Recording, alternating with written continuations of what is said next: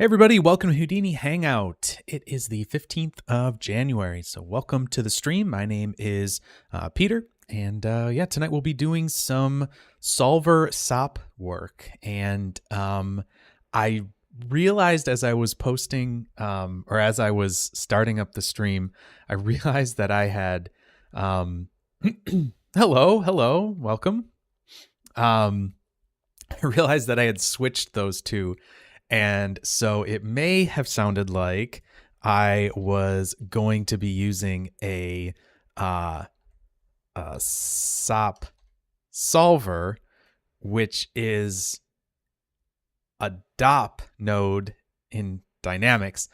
But what I actually wanted to talk about was a Solver SOP. So hopefully that's not a bait and switch too much, but should be hopefully interesting regardless. So yeah, I realized that I just kind of was like, oh yeah, a SOP solver. And then I was like, wait, no, it's a Solver SOP. So yeah, I got that a little backwards, but hopefully, we'll all be just as excited as the other option. So, yeah, anyways, so little small correction there. But yeah, hope everybody's doing well. Hope everything sneaky. Yeah, I'm so sneaky.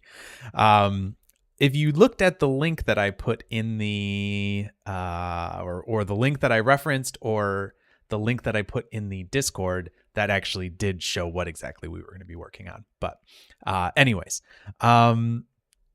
yeah, so so that's what we'll be doing tonight. But for just as a little side note, I've been cramming my brain full of path tracing and rendering stuff recently. Oh no, Krynal, did you post what? I don't know. Is that your phone number? What's happening there? You posted something in the chat. You might want to take that down. I don't know what that is, but hopefully it's not your phone number. Anyways, so yeah, I've been cramming my head full of path tracing and rendering stuff because I'm going to be doing some courses and things like that for work that I'm working on. So that's where my brain has been a lot recently. And so over the following few months, I'm going to be recording and releasing some of those videos. You'll probably see some of them publicly as well on like the Side Effects website. But so yeah, that's kind of where my brain's at right now. So this will be a nice little change of direction for myself to do something a little different than just thinking about what light is doing in a scene all day. But yeah, so I've been kind of diving into that and going to be looking into some karma stuff as well and learning more about that. So hopefully that will make my renders a lot better, or at least make me a lot more competent to try to make better renders. And we can get some better looking stuff coming out here. So anyways, that's just a little what's going on with me today. But yeah, if you guys have any questions or thoughts or anything like that at all, feel free to drop them in the chat. I always say that when it comes to Houdini, there's no dumb questions. Everybody has questions about something at some point. Sometimes people that are even who you would consider an expert in the field has questions about the simplest things that we forget or haven't done in a long time or whatever. So don't feel like you're admitting defeat by asking a question. Questions are great. That's how we learn. And that's kind of the whole point of being here and chatting and having all those kinds of things to talk about. So please feel free to drop questions, thoughts, comments, corrections of me, corrections of anything in the chat, and we'll have a conversation about it and try to figure out what it is that we're all working on here. But like I said, we're going to be looking at the Solver SOP and diving into some of that today. So I guess without any further ado, let's do that. Let's jump in and do some Houdini. All right, so the first thing I want to bring up is this page here. So this page, I will drop the link here over in the chat, and hopefully you should be able to all see this. So that is the the Solver SOP page on the CGWiki, someone had asked in the suggestions, topic suggestions channel on the Discord server, which, by the way, if you'd like to check out the Discord server, HoudiniHangout.com, and you can go to the Discord server right there. They had suggested going through some of these examples. And so I think this is as good of a reason as any to kind of mess around with some of this stuff and kind of try to think through how this stuff works a little bit more, and maybe we'll demystify some of why we might do these things, right? So anyways, so this is the page here. There's a lot of examples. We're not going to be able to go through all of them today. That's just the reality of the time that I have allotted for these things, and just what's feasible in that time. So some of these you can see are very old examples, but they still hold true. And so that is a example. There's a whole bunch of different examples in here, and lots of stuff that we can take a look at. There's ways to do, STF growth in here and compile blocks. Tom, get out of here, Tom. What am I gonna do? What am I gonna do with a compile block? I'm just gonna compile things just for fun. I mean, come on, Tom.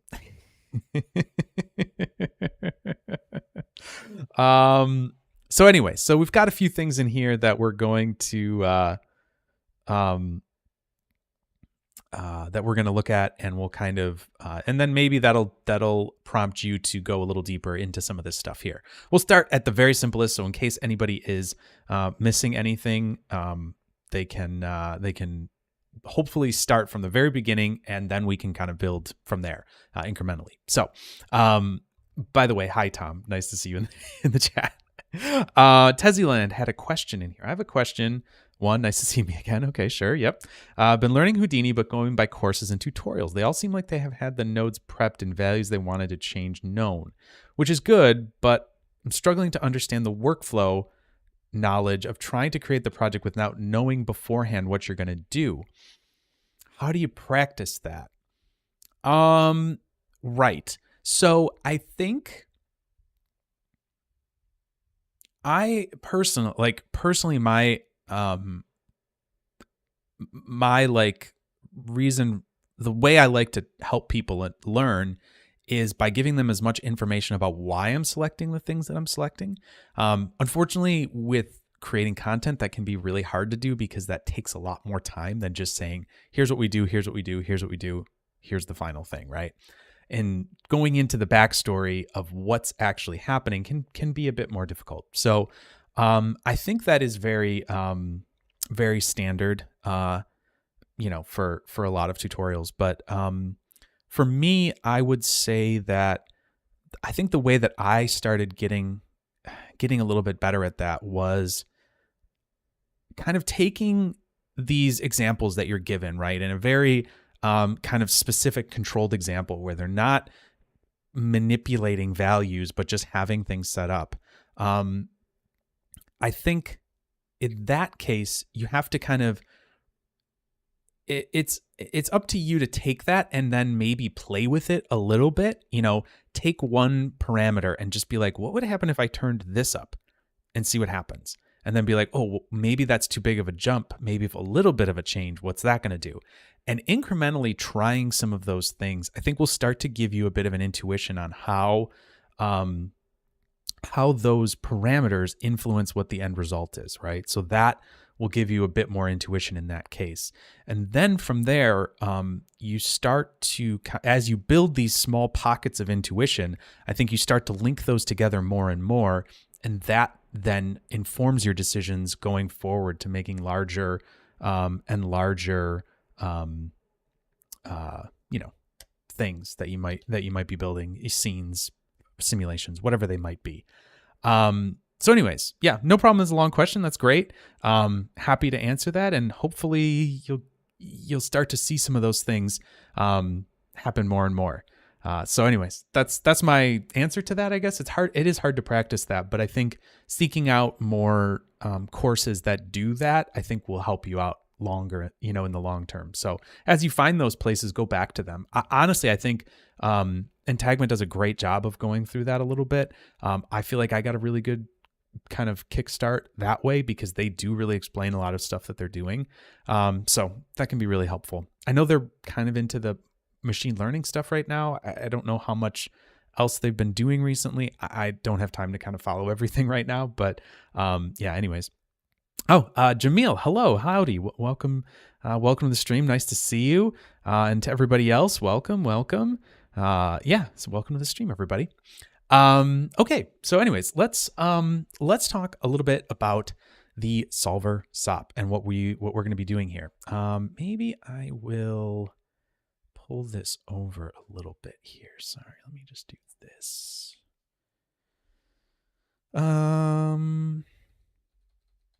There we go. That's probably good for right now. That should probably be enough resolution for us to be able to see some of these things and at least have this up while we're doing it. Great.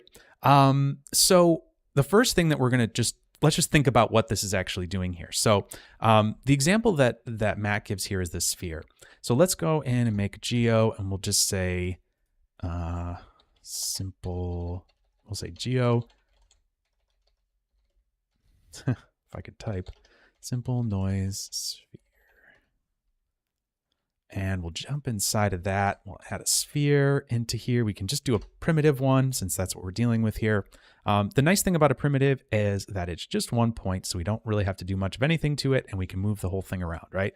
The 1 point, it's 1 point, 1 primitive, 1 vertice, and it is a sphere. That is what the primitive type is. So that's great. So then we can do this here. We can just do a wrangle if we wanted to. We'll do a point wrangle, drop that down. And all we're going to do in here is write a super, super simple expression. So let's do that. So we're just going to do v at p equals v at p plus noise. We're going to open that up and say at time. Now, we don't have to do v at p. It will just know like this. Oh, actually, no, sorry. It looks like, yes, it looks like this has changed a little bit. So I was thinking that this might work as well because it's in here, but I might have to let Matt know about that. So v at p, there we go. Oh, sorry, no, my bad. Just a semicolon, that should work. So p is one of those things that is known by Houdini as far as what type it is. So we don't have to say it's a vector. So anyways, that's what we've got. And then if we hit play down here, we should see that, yeah, semicolon, thanks, Zach. We should see that this is moving around, and I'm going to turn this on to the our little time thing here, so we have playback at real time. And there we go. We've got our noisy little sphere. We could multiply that. If we wanted to make it a little bit bigger, we could just multiply this times 2, for example, and that should work. Oops, sorry, Control Enter. There we go. It's going to do the noise, and this is only going to be doing it, I think, in that one axis. Yeah, exactly. So we're just adding that, float to every one of the point positions here. You can see they're just kind of slightly moving there, whatever. So that's just going to add a little bit. Yeah, it's no problem, man. I appreciate it, because if I would have been struggling, I would have at least seen it. So appreciate it. So there we go. We've got this sphere. It's doing its time. It's got its time dependency now because we were adding time into the mix here. And yeah, so we've got this noisy sphere, right? But what if we wanted to, what if we changed this and we thought about, what would the solver do if we were using that in this case? So right now we have this where the sphere is being moved at each time frame, right? And we can jump to any one of these frames because it is not dependent on the frame before it, right? This is this is being calculated every frame, and it has nothing to do with the frame before it. So we're just able to kind of scrub back and forth. We can jump to any frame. It is a deterministic thing, meaning that it's a problem that can be solved based on any one of these frames as the input. Now, if we wanted to take this and change it to something where each frame is related to the frame before it, that's where the solver comes in. In fact, that's where DOPS comes in. Now, we won't be thinking about this in the case of DOPS because that is how DOPS works. But we're going to use the solver as a way to kind of do a sort of kind of have that DOPS style of working where you have these initial conditions and then things evaluate from there. But also still be working in this sort of SOPs world, right? So let's take this same setup and let's bring this over. Let's actually just make a duplicate of it. Why not? Make a duplicate and we'll do the solver. We can just type solver and drop this down, right? And so now we have our solver here. And if we jump inside of it, we can see we're still in geometry context. Now, there are some things here that are a little different, and we'll talk about those in a second. But let's take this, because what we need to do is we need to wire our initial geometry into this first input. And you can see here now that we have, just like in DOPS or whenever we're doing a simulation, we have this bar that's going to be saying, hey, stuff needs to be cached or is cached. So let's bring this back to the beginning. And so here we've got our point wrangle. Let's cut this and we'll take this and place it inside of our solver, right? So this is going to be taking some data and then outputting it, right? And doing some calculations on it. In this case, doing a wrangle on it and then outputting it. We can see that there's a couple other inputs here, and then there's this previous frame DOP import. So let's start this and see what happens here. Let's go kind of frame by frame and see what happens. And we'll see that the sphere is just kind of going off into space. And the reason for this is that we're adding that noise to the position on each frame. You can see that the P, X, Y, and Z is going up incrementally per frame. And I just pointed at my screen with my hand as if you could see that, which is a really funny thing to do when someone isn't in the room with you. I just realized that. But anyways, so this is now adding up and going kind of off into that direction, right? And it's not going to come back because we're only taking this value and adding it to P. Now, normally when we're doing that, right, we're taking the original position. It's not adjusting that position each frame. So here, the sphere always has the same start position, and we're adding just this one noise step to it on each frame, right? So it is never going further than this value of noise at time away from the origin, right? So it's only getting that added each time that we move the frame and add a new time step to this, right? So that is really the difference between those two options, right? One, we're always starting with the same initial condition, right? And for every frame, it's evaluating that same value, right? So each time this runs, it's going to be taking this position of the sphere and going in here and adding some amount of noise based on the current time. And that's how this will work. Now, in this case, we're starting with this initial geometry, right? And so that is sort of really important to realize, right? This first input is our initial geometry. So when we come in here, we can see that there's this previous frame DOP import. And so the kind of important thing to realize here is that we are actually inside of a DOP network when we do this. So that means that we are starting with an initial condition that on each frame, we're going to continue taking that previous frame, doing something to it, and passing that along to the next frame. So it's going to go down the chain of frames each and every time. And that's a really important distinction to be made here. Now, we could have the exact same result if we just inputted this input 1 here. And so this is going to be the exact same result, right? So these should be, I think, identical. Can't really think of any reason why. Oh, sorry, that should have been a switch. Let me shift click both of those, hit tab, and type down a switch. So these should both be identical. The reason for this is that each of these inputs right here are actually just live inputs of what's coming into this node, right? There's a bunch of other stuff being done with this previous frame one here. So that's actually doing some DOP work and bringing that geometry from the previous frame into the current frame.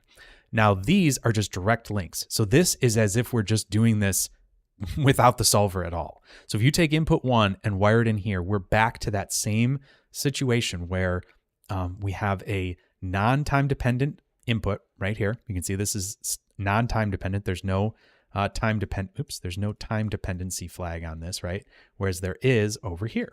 So So now we're dealing with something a little bit different there, right?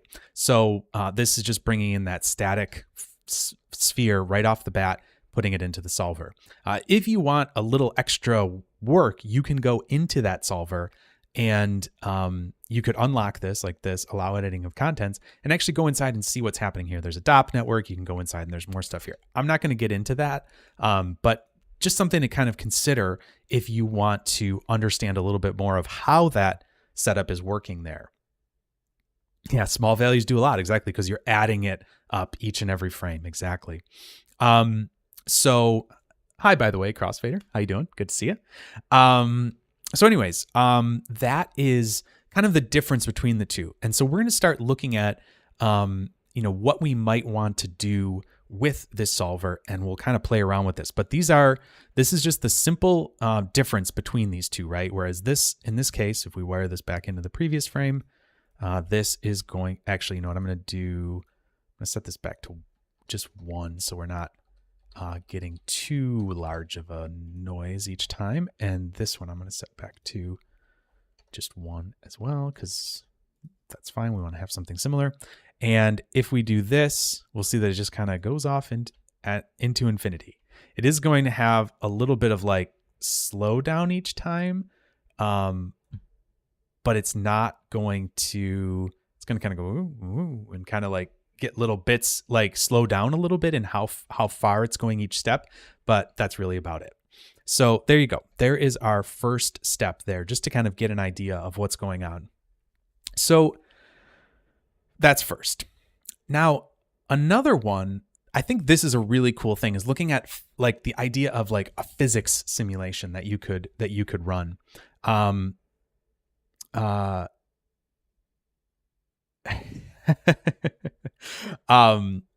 Yeah, so sorry, give me 1 second here. Just going to do something real quick. And so another thing that we can do here is kind of do a type of physics simulation with this, right? So we're going to just do something sort of, it's super arbitrary, like not something that's like actually physically accurate per se. But we're going to do some like a fake physics example with a sphere. So let's do that. Let's do sphere fake physics. Okay, so let's start with our sphere, and we've got our solver here. I'm going to get rid of this. We're going to come in here. So we've got our sphere, and what Matt is talking about here is we're basically going to do something per frame and have it calculate over time, right? Because if we start with an initial condition with something like velocity, let's say, we can then tell it, hey, let's apply gravity to this and start doing something a little bit more interesting with this. So in that case, we need something like gravity. We have our initial velocity, and we can set it so that each frame that's going to bring the point down in its Y position and kind of give a little bit of like a fake physics kind of feeling to this. Now, you could do things like drag and do things like that, but this is a way that you could add in your own, like you could create some sort of your own solver if you wanted to, that might do something outside of what maybe normal physics would do, or something that isn't readily implemented in Houdini. You could do some interesting effect with this. So let's take a look at this and see what we can kind of play around with here. So let's go inside of the solver. A lot of times what I will do is if I want something to happen each and every frame, I will first, sometimes in certain cases, I'll do that outside of the solver and then bring it in once I know that it's sort of working in a single frame, kind of, evaluating from static geometry on each frame. Then I'll bring that over into my solver. In this case, we won't really get a whole lot out of it without, because we're just going to be setting some attributes here. It's not really going to give us a lot of feedback otherwise. So this is going to be, this could be something interesting to kind of just get your mind around how this is working, right? So let's get into a couple things here. So we're going to first give an initial velocity to our sphere, right? And so let's do that. Let's come up here and give our sphere an initial velocity. So we'll do a point wrangle. I think this will be easy enough to set up. We'll say v at v equals, and then just set up a vector here. So Matt gives it 2, 2, 0, and that'll give us our initial velocity. And I think we should be able to see that if I'm going to hide the other objects. I think if we do a trail here, we might be able to see that. No, what if we do this? Can we see it? No, I'm not seeing it there. Okay, so that might just not visualize because it's a sphere, but that's okay. So cool. So we've got our velocity here. You can see it down in our geometry spreadsheet. And the reason I'm setting this up before the solver is because we want this to be our initial condition, right? We don't want this to be, we don't want to set this on every single frame, because if we come in here and add that v at every frame, it's going to keep our velocity at 2, right? And we don't want that to happen. We want to update v on every single frame. And so, and then update our velocity, right? So we're going to update our velocity to include gravity, and then that velocity is going to then influence our position in space, right? So let's do this in a few different steps here. So let's get rid of this. We're not going to be using that anymore. So the other thing that we're going to be doing is we're going to set a constant gravity. So this we can set in here because this isn't going to change. It's always going to be, gravity is going to be, in this case, he has it set to, I can make this maybe a little bigger.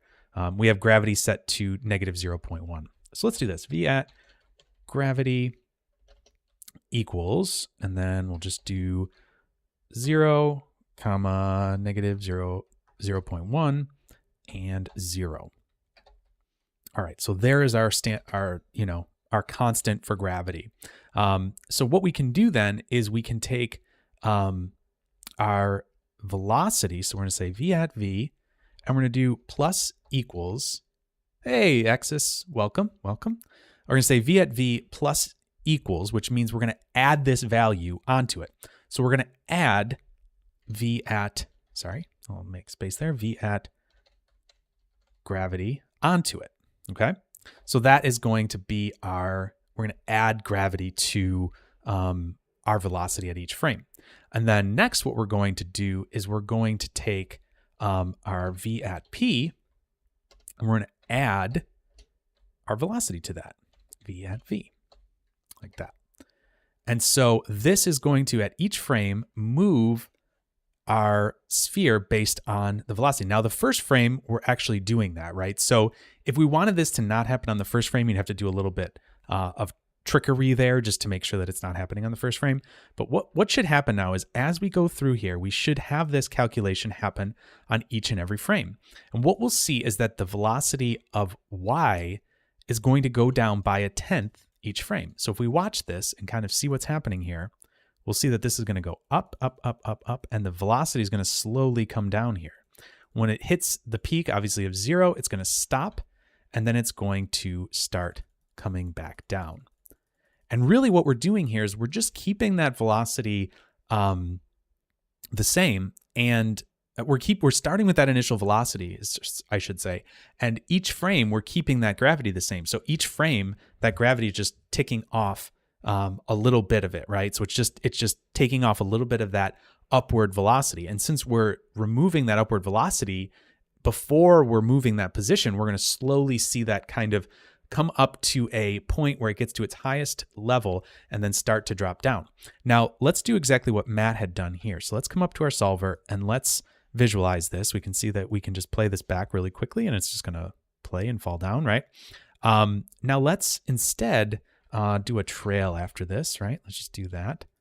And we should be able to set a trail length here. We should see kind of exactly what's happening here, right? So we've got this nice little trail that's kind of going. We could go way further with this and do 100 in the trail. And there we go. There's our spheres kind of going off. And so hopefully that is making sense as far as how this solver works, right? And we could improve that, right? We could come back into our solver here. And what we could do is we could say something like, maybe we add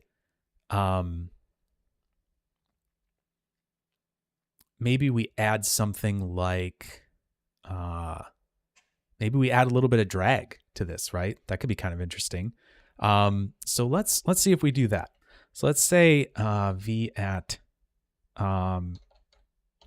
drag, and what we'll say is just how much we want to kind of, maybe we'll do this by multiplying it by some value that it'll reduce the velocity by each frame, so that it'll still get gravity included in it, but it'll also kind of add a little bit of like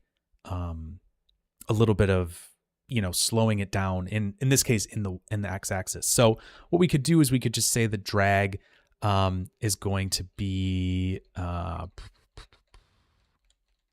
let me think here. So maybe we'll just do it at like I don't know. Maybe we'll just put a little bit of drag. Maybe we'll put like 0.25 and just, or sorry, maybe we'll do like 0.9. So we'll just do like 90% of the velocity each time. So it'll slowly, come down. Something like that maybe should work. I don't know. I'm just kind of guessing here. I'm spitballing a little bit, but let's do that. 0.9. So it'll be like 90% at each frame. And so in order to make that 90%, we'll need to multiply it by that value. So let's do that first. So let's do v at v, and we'll say times equals v at drag. So that will first multiply it by that drag and reduce it by 90%. We could actually maybe even go a little higher than that. Maybe we'll do like 95%. So we'll just take a small little bit off of it so that it won't be so smooth as it goes down. It'll kind of like slowly kind of fall more and more straight down. So there's our drag, there's our gravity added to. So gravity gets added, and then the velocity gets added to the position. So let's see how this works and see if I set this up reasonably well.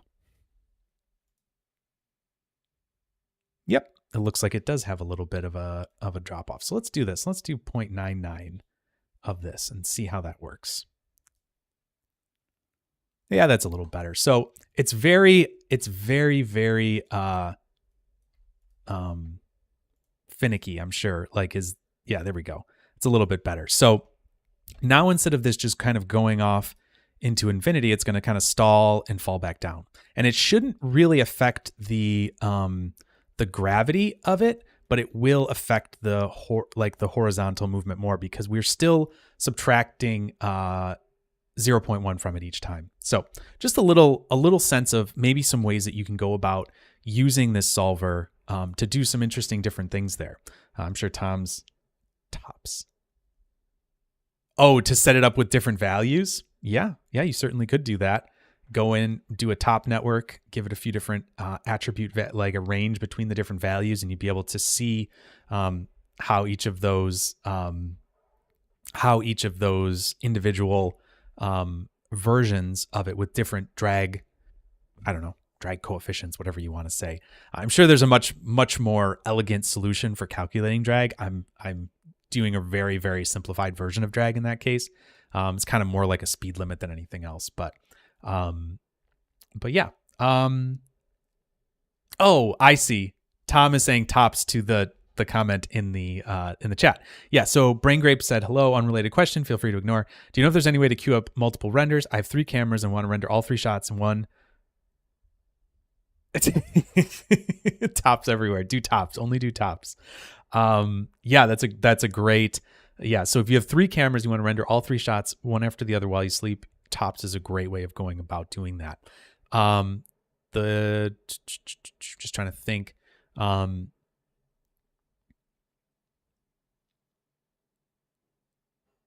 Yeah, so what you could do is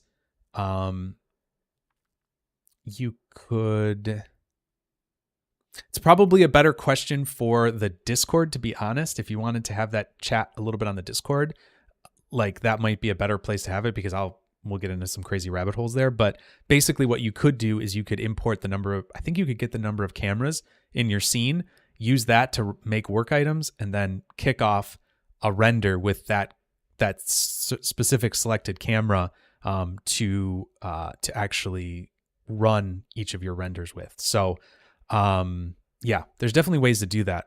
You could also, yeah, that's probably your best way of doing it. Yeah, so yeah, maybe if you want to ask Tom that question off in the Discord, he might be able to answer that question a little bit more detailed than here. But yeah, Tops that's what it's made for, is for doing that kind of stuff. Hey, Matt, welcome to the stream. Nice to have you. Okay, cool. So we've got that kind of working now. If we wanted to do the same thing here, you like with multiple points, we could very easily just change up our initial condition here, right? So what we could do is we could set our sphere. We could, instead of it just being one sphere, we could do let's just do this. Let's do another sphere with polygons, and we could just take that. Let's do this polygon. Here's our sphere. Oops. And we'll make that a bit bigger. Maybe just do a value of 10 with a bunch of points. Maybe do 4 like now. Let's just leave it a little more simple. We'll do oops. Shift click those, tab, copy 2 points. There we go. So now we'll have our points on our sphere. Oh, that's cool, Tom. He built a bunch of tools in Solaris, yeah, that you could use to do exactly that. That's amazing.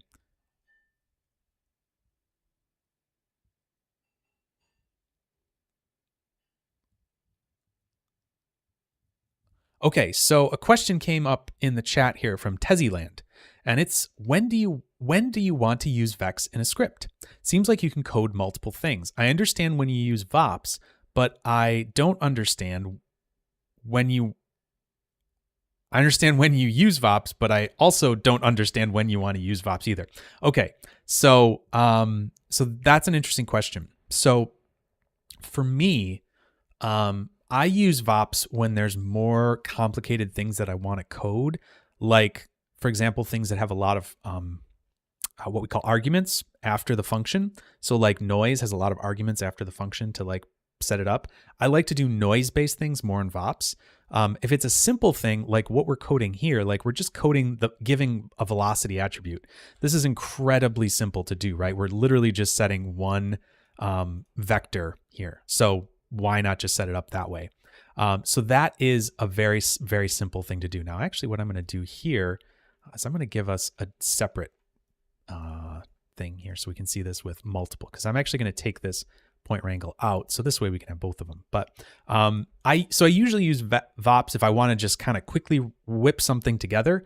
But Vex I feel like is a little bit more efficient in larger scale setups. So that can be a little bit sometimes of when you use it. But really, for the most part, they're very similar. You can do a lot of the same things. I don't like doing if statements or like for loops or for each loops in VOPs. That always feels like my brain is exploding when I'm doing those. So that is something that, like, if you're looping over things like that in your code or in your mind, you're like looping over sets of things. That's an important thing to kind of keep in mind, that if you start making like arrays and things like that in VOPs, I feel like you could get into some real crazy network setup. Whereas with code, you can make a little bit easier sense of it. And that's something I often think of as well. But they are very similar. You can do a lot of the same things in both of them. So something to keep in mind, that it isn't this has to be used for this or this has to be used for this. A lot of it is personal preference and things like that. Tom's saying I just write OpenCL, which I've never done before in my life. Tom writes a lot of OpenCL, but I do not. I've never even touched it. But maybe someday. Maybe that's something for the not too distant future. Drink break. Hold on.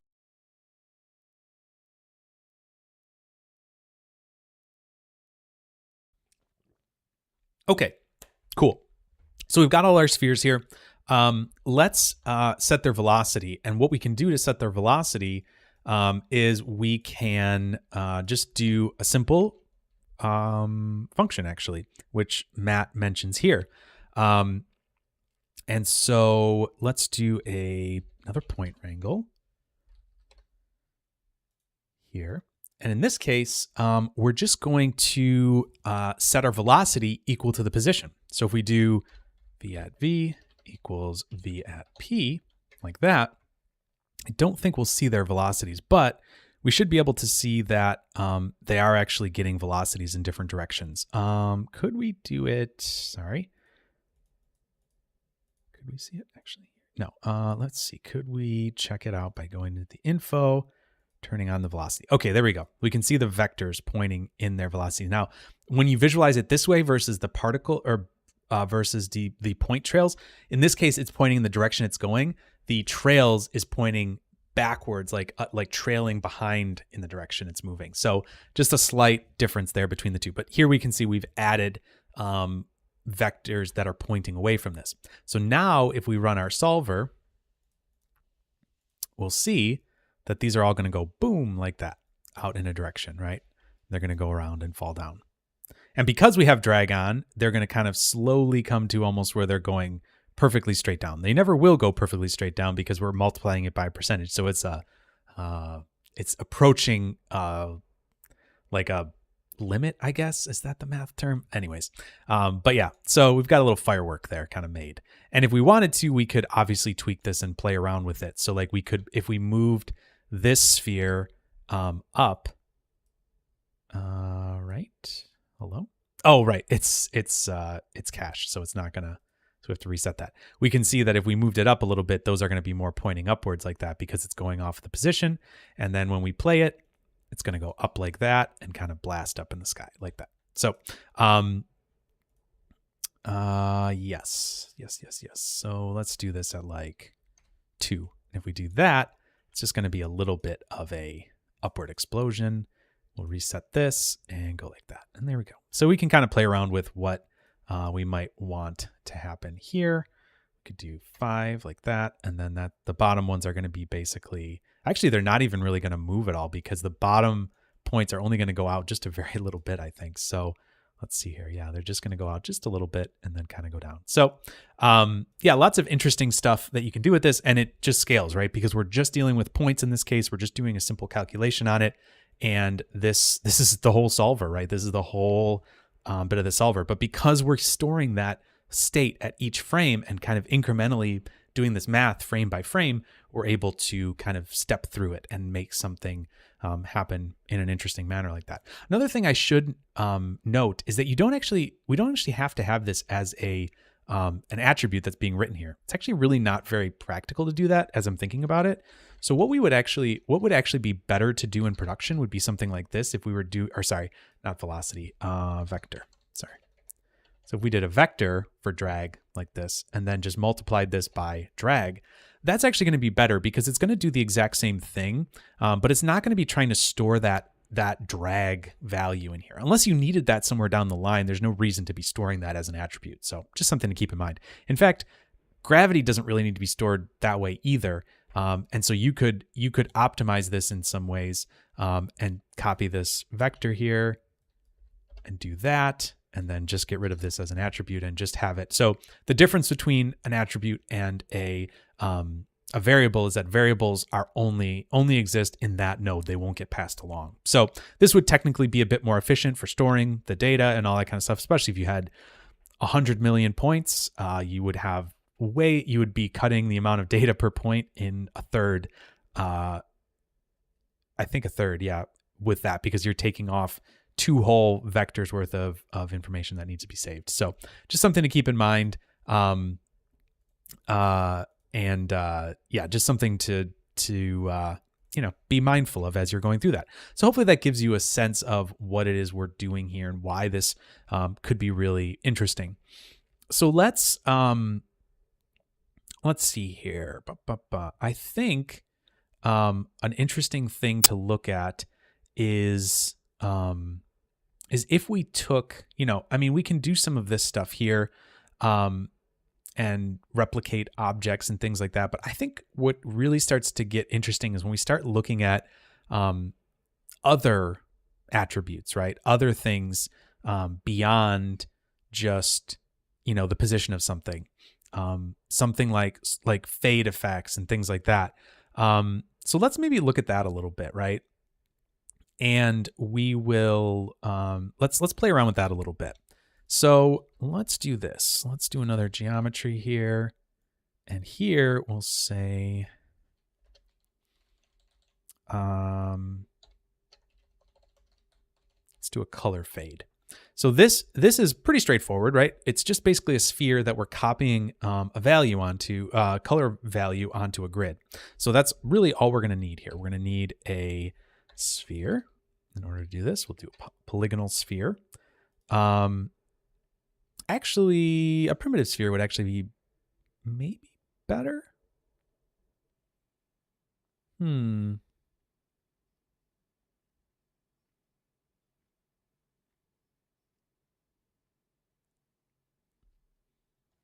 Yeah, let me think. Yeah, let's do a primitive sphere.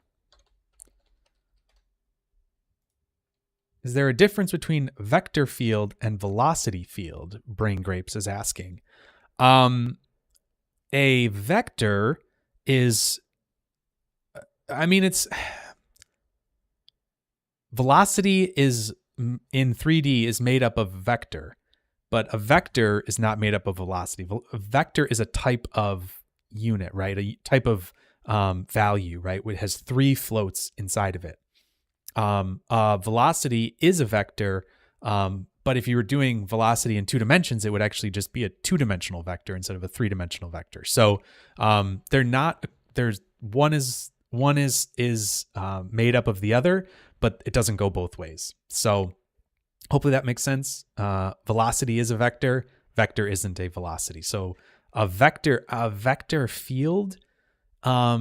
Usually when we say fields, we usually mean like, and I misspoke, but usually a vector field is something that's like a volumetric type representation of a vector, like in a VDB or something like that, where or in a solver, a field. Oftentimes we say that, and so yeah, it would be kind of a similar thing. That just that word field often makes me think of like a volumetric representation of data in a solver. So hopefully that helps.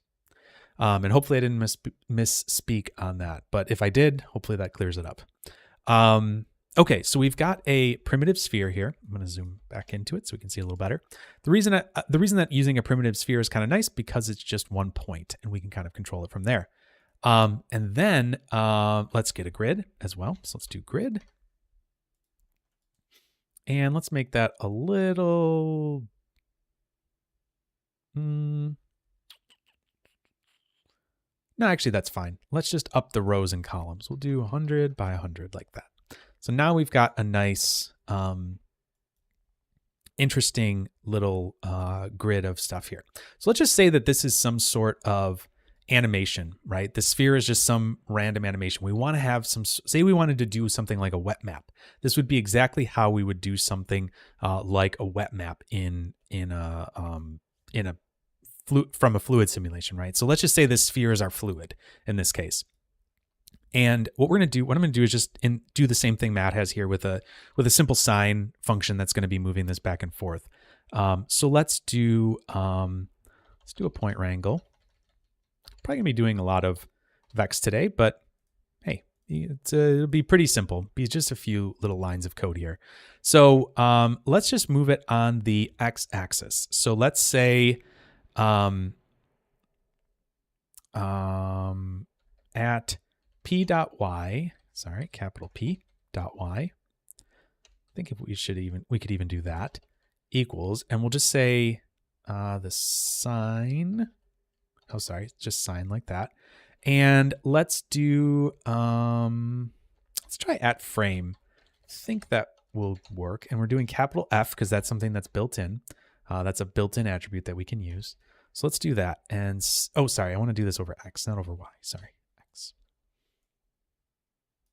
Oh, that's much too fast. Okay, so let's do this over time instead. Time is gonna be seconds versus frame is quite a bit. We're going each frame here. So there we go. That'll work. And let's do time times 4 maybe, and that'll speed it up a little bit here. Yep. Great. And then we'll give it just a little more movement by multiplying that by 2, and that'll increase the amplitude of it. Let's actually do 3. All right, why not? Cool. We've got a little bit of movement there.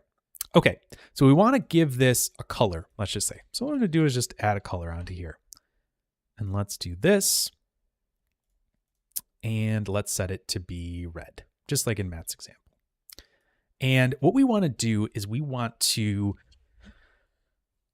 work on this grid each frame. We want the grid to be the thing that we're calculating, right? Not the sphere. The sphere is not going to be what we're going to be calculating on. So let's move the grid over on this side, right? And let's visualize that. We can actually just keep this in kind of a wireframe mode like that. So we can see that this is moving back and forth, and we want this color to be added to that. So let's do this. Let's add a color to this as well, just to make this black. It'll make it maybe a little bit more interesting to look at. Won't be starting with a white grid. So let's start with a black grid. And there's our sphere, right? So there it is, moving back and forth. And what we want to do is we want to attribute transfer this. So what we could do is do this. Let's do an attribute transfer. We're not even going to get into the solver yet. Let's just do this, because this is kind of an example where we could start to figure out this without having to go into the solver just yet. So what we're going to do is we're going to hit play and be like, okay, well, this isn't working yet. So let's look at what's going on here. So we want the points to be getting color. So we can just type that in. So let's do this, color, turn off our primitives. And the one big thing that's being controlled here is the distance threshold. So as we turn this down, we're going to see that that gets less and less. And so the reason that this isn't adhering to the sphere is because this is actually just 1 point. So we can actually have this be less than the sphere. Now, the reason using a primitive is nice is because if you were using a polygonal sphere, you'd be looking at the points on every single point on the surface and trying to calculate the distance from the points on the surface to the points on the grid. So that would be how you'd be transferring that attribute. So in this case, we're just going from one individual point here, and this is pretty straightforward. Now, you could do this within a wrangle and stuff like that, but that's kind of the beauty of using the SOP or using the solver SOP, is that you could do something like this, right? And so now as we play this, we're going to see, yep, that is doing kind of what we would expect it to do, right? However, it's not fading. It's not doing any of that type of stuff that we want it to. So let's figure out how we would do that within the solver. That's where the solver comes in. So let's now add a solver in here and drop this down. Now the wiring is going to be basically exactly the same. This grid is going to be our initial geometry. So we're going to wire that in. That's going to be our initial geometry. This sphere is going to go into the second input here. And I'm just going to put this, well, actually it doesn't really matter because we're going to copy this attribute transfer into it. So let's take this and let's cut that, and we're going to paste this inside here.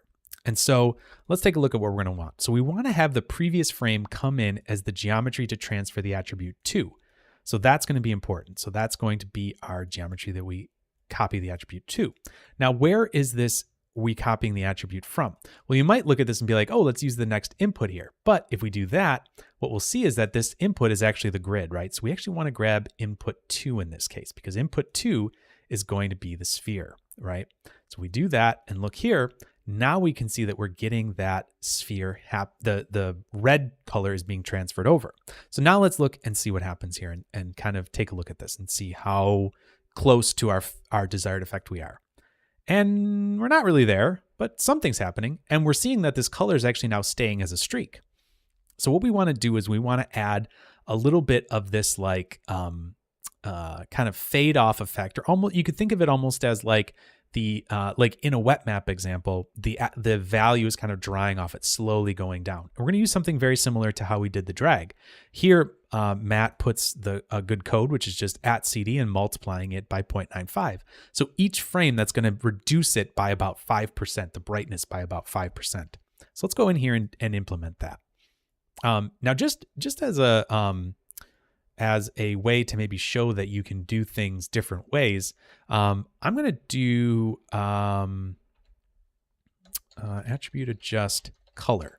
So let's do this. So we're going to do this and attribute adjust color. And this is just a little bit of a different way of doing this. So what we're going to do here is we are going to say multiply by a constant, and we're going to say the constant color is going to be 0.95. So this is going to multiply it by a constant, which is this value here. And that should do the exact same thing we're talking about here, multiplying it by a constant. So let's take a look at this and see what happens.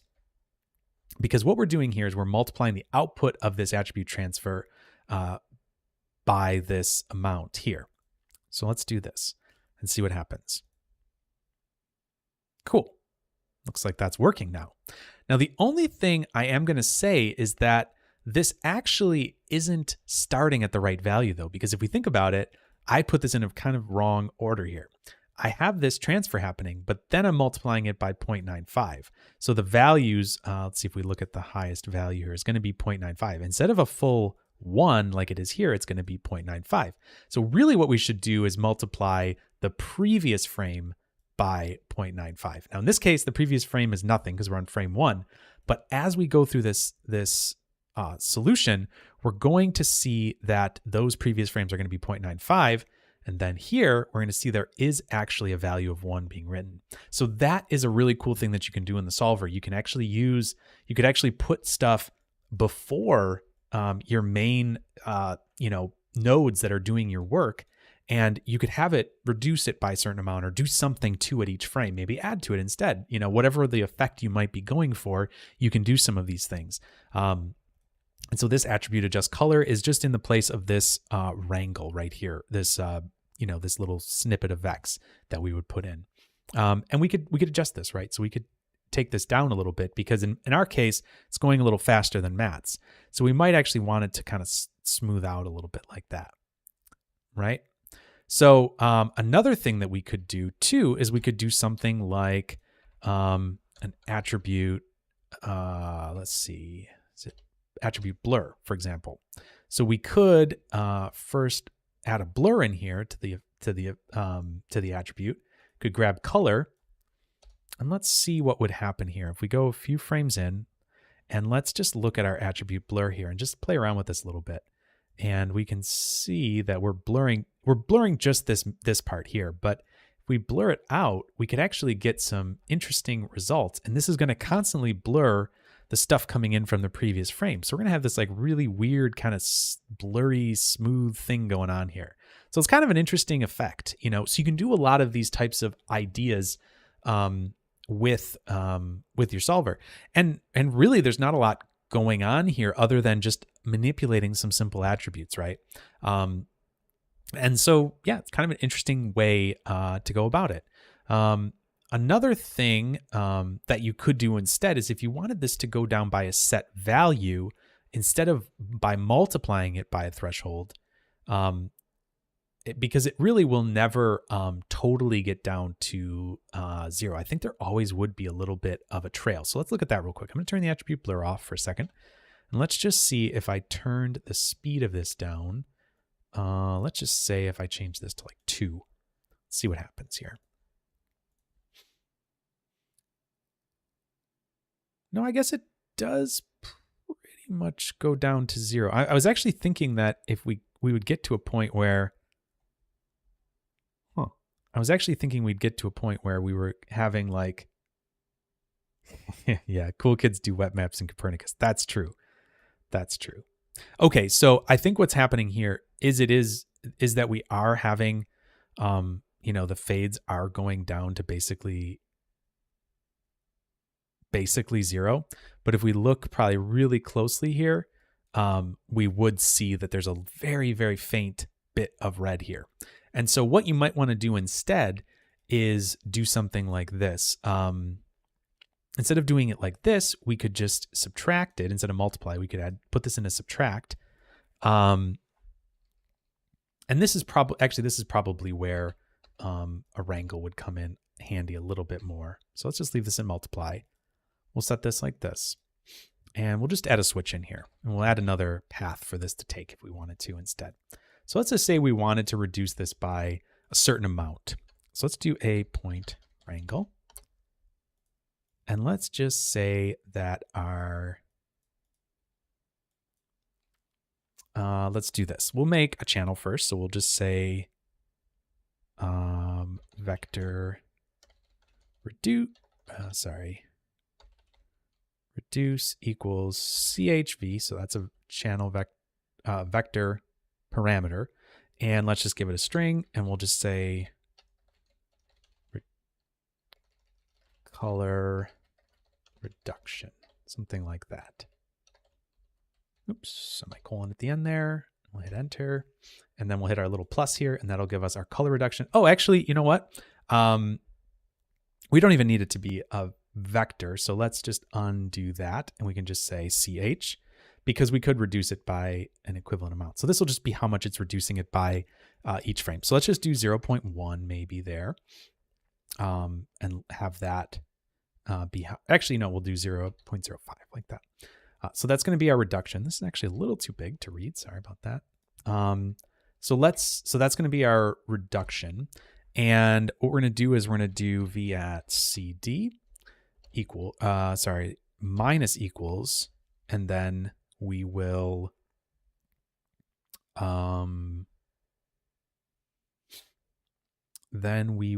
do that by reduce. Sorry, I got ahead of myself there a second. And that will subtract it by this. And I'm just going to go over to this side. There we go. And then we're going to run into another interesting problem here. So we're now setting these all to negative 0.05. So what we want to do is we want to do a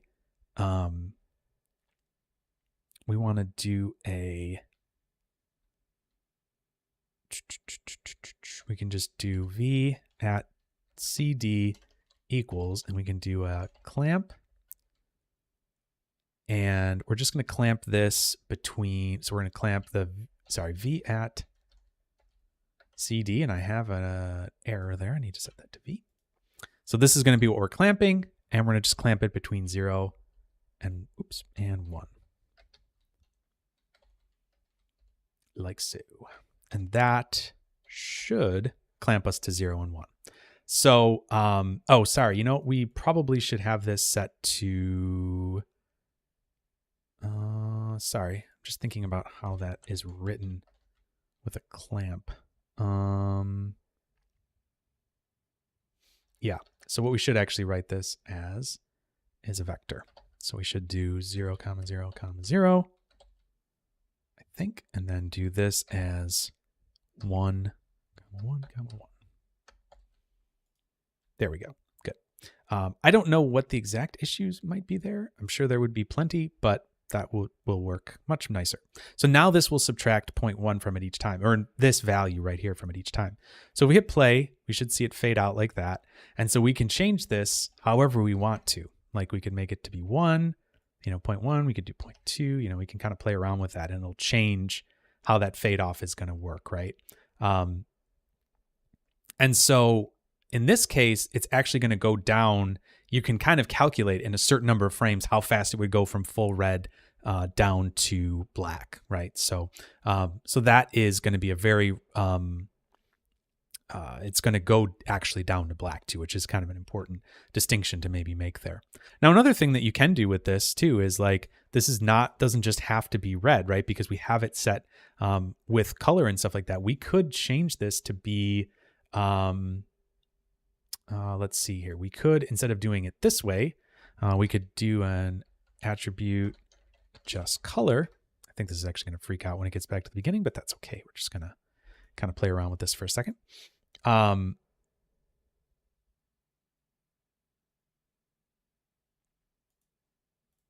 Mask from geometry. Oh, there we go. There's a really interesting thing. We started with it white and the whole thing faded to black. So that's kind of interesting. But that's not what we want to do. So I used mask from geometry when doing the condensation stream you did, but it was just so slow. I'm not sure what mask from geometry, what is mask from?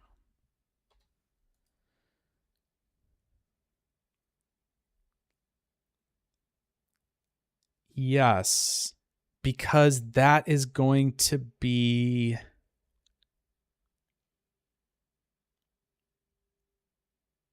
I think that's going to be looking at every I'm not sure why that would be so slow. It could get slower if you're doing a really high resolution, like a really high resolution mesh. That could be part of the problem. But yeah, I don't know why that would be that much slower. Sorry, I don't know. I'm not sure about that. The reason I'm doing attribute adjust color here is because I'm going to do noise. I'm going to do some color noise. Oh, actually, well, let's look at why. Sorry, I'm doing this on the wrong one. Now I'm realizing that as I'm doing this. Just go back and set it back the way it was to black. There we go. Let's take this out. Hello. There we go. And let's do attribute adjust color. Yes, this will work. Never mind. Sorry. No wonder I'm like, wait, how is this going to work? So we're going to do noise over here. We're going to do make this slowly change color, and that is not slow. In fact, what we're going to do is we're going to do this up here, because the reason that is changing its color on every frame is because we're moving it and it's moving through this noise field. So in this case, we want to do it on the static one. Then if we animate it, it's going to slowly move through it like so. And we can kind of play around with this a little bit more here. There we go. And now that will do something maybe a little bit more interesting like so. And when we do this now, if we put this into the solver, we'll basically get, similar looking stuff happening, except we'll be getting some changes of color as it kind of moves around and does different things, which is kind of interesting as well. And in fact, what we could do here is we could switch it back over to the blur. And let's see what happens here. See what kind of interesting effects we get. And there we go. We're going to get a little bit of weirdness with like blurring colors and doing some different stuff there. So yeah, there's a lot of, in fact, if we go up higher with this now and let that stick around for even longer, it's going to be kind of moving through this blurry field of color. So it's kind of interesting. We can do some real wacky stuff with this here, right? So we're just kind of letting that color just diffuse out and blur out across this simulation, or across the frame of this. So yeah, so some interesting stuff that can be done here. I mean, these aren't like mind-boggling things. Oh yeah, there you go. You could do that as well. So yeah, so what Tom was just saying is doing some noise on that. So instead of doing the attribute adjust color as a constant, if you did this as a noise and did this between, let's see here, if we did this between,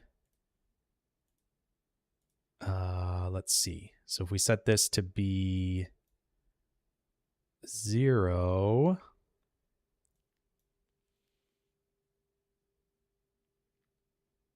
and we set this to be something like,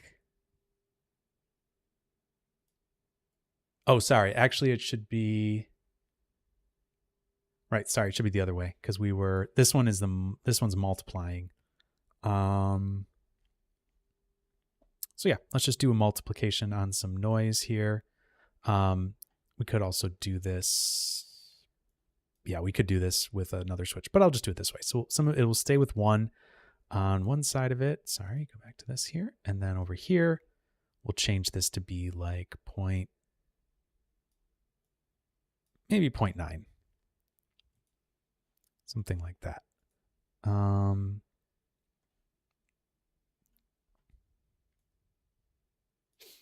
Okay, so let's see here. Yep, there we go. So now we're going to get some splotchiness kind of happening after it. And so if we wanted to change our element size down a little bit here, we get some more, finer grain noise here by going down with this a little bit, right? Or we could get larger scale noise by going up with it, right? Like that. And we can animate that noise as well, because we probably won't want that to be static the whole time. Hello, who cares? Nice, thanks, thank you.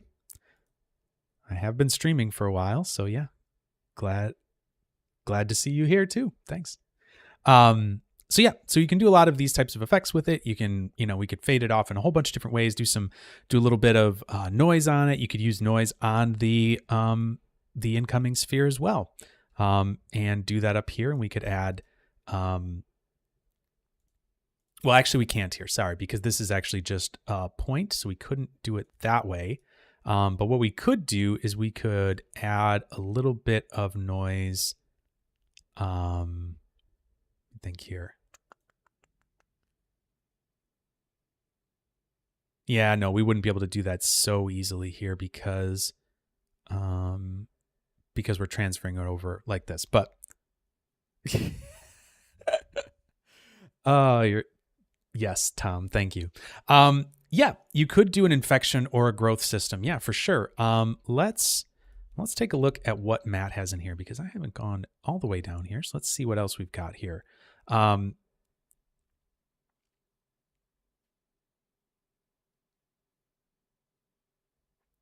Yep. So, I'm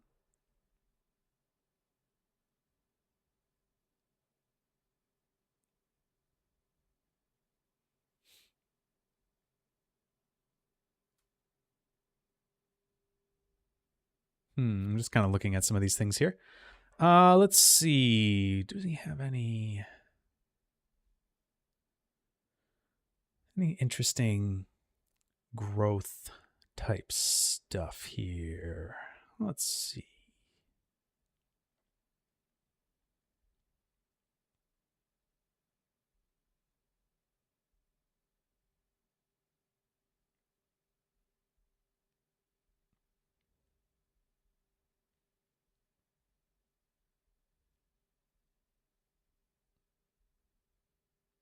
So, you may have seen something like these reaction diffusion setups here. That is something that you certainly could do with this type of, solver here. And what you would do.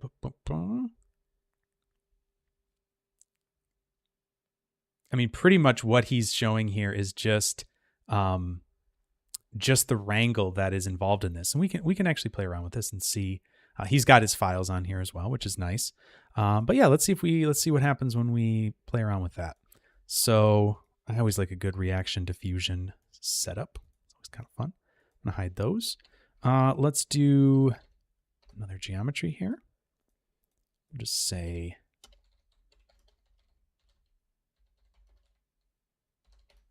react diffusion height field. Okay, so we're going to do a height field. Interesting. Apparently it didn't like the height field. That's fascinating. Interesting. Did not like the height field.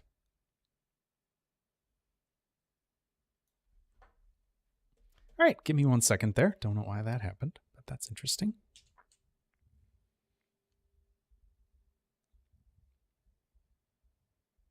Yeah, a lot of the VDB growth stuff is done with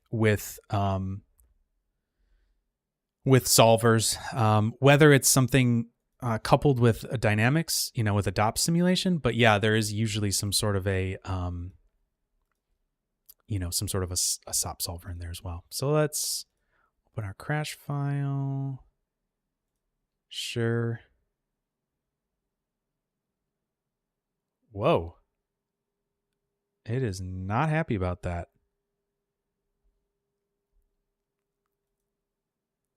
Interesting.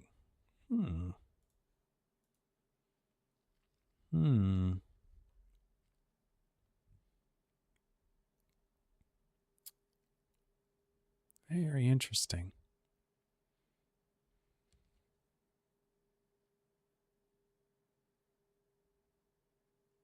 Why would that be?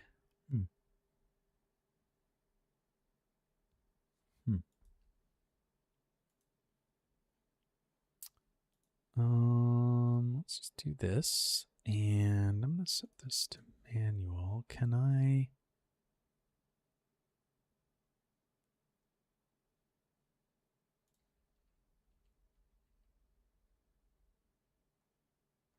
Okay. Just go out of this here for a second. Let's save this. That's that. Turn this off. Let's just see if I can go back into this. All right. Okay. Save. Wow. That's an interesting one, Tom. Let's just go back here to the production build and see if it's a daily builds thing. Interesting. Looks like there's going to be a, see if I can bug report that. At the very least, that will somehow will bug report that.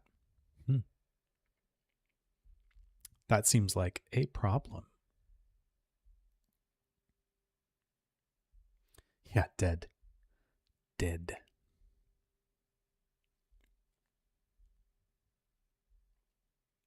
So for this next thing, I am just going to copy and paste what Matt has right there, because really there's just a lot of maths involved in this. And like, yeah, it's probably, yeah, you're right. It's probably Vulkan. Well, Vulkan needs to get a life and get over itself. Just get over yourself and just do your thing. Not respond. Not respond. I like that.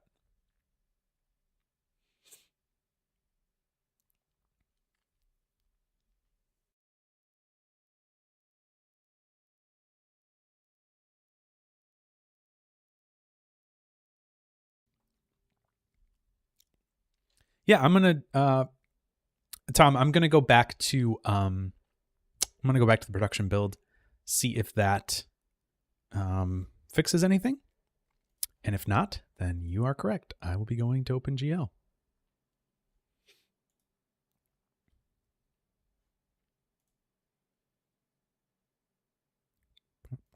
There we go. Cool. And there we are. Hey, look at that. Something's working. Okay. Well, that's good to know. Okay. Nothing is borked on this one. Cool. Anyways, let's see here. So we've got a height field. Just trying to think if there's anything else I need to do here.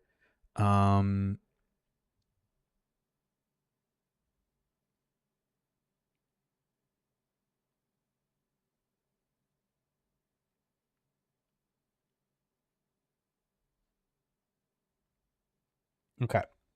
So let's see. How can we do this?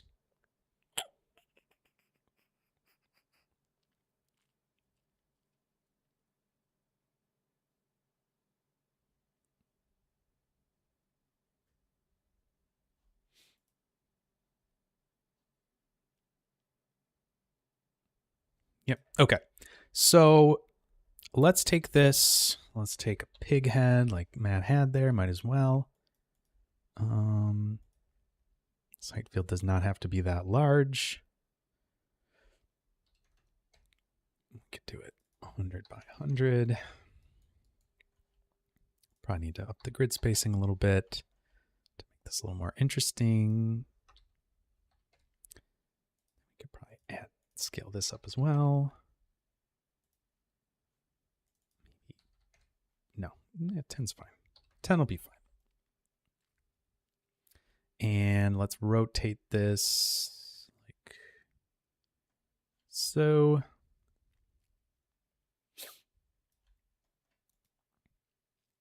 Interesting. I never really thought about the, let's do this. Let's do a point wrangle.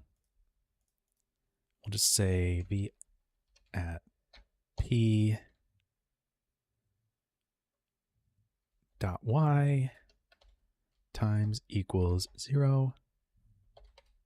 That should flatten it right down like so. Cool. And then let's see. So we've got 2 height fields. That's what Matt was saying, which is smart. We will do 2 height fields. We actually have 2 anyways. Cool. Hey, I mean, Tom, you'd be doing me a solid if you submitted that bug report. I'll give you a high five the next time we see each other.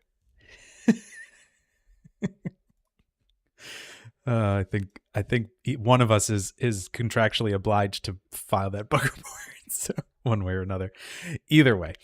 Okay, so I think what I could do here is, I'm just trying to think of exactly how he had this set up. Must have.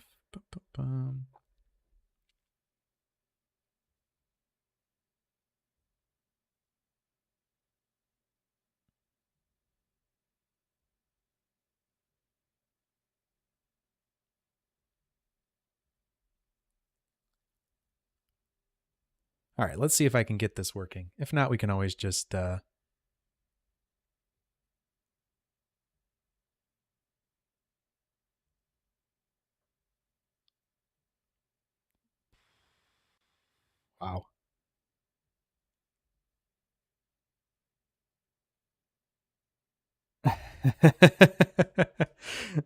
Thanks, Zach. That's really nice. I expect high fives regardless. Yes, I will give you high fives regardless. All right, you know what? Instead of sitting here watching me try to do all of this stuff and figure out every single detail of this, let's just do it. Let's just grab what Matt did and we can talk about it. This won't be on, like, you can download this file and use it.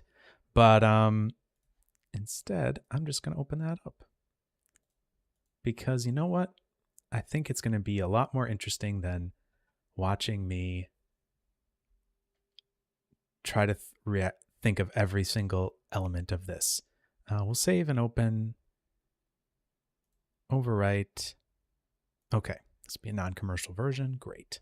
Interesting. Surprised that Matt has this in a non-commercial version. All right, so let's take a look at what Matt was doing here.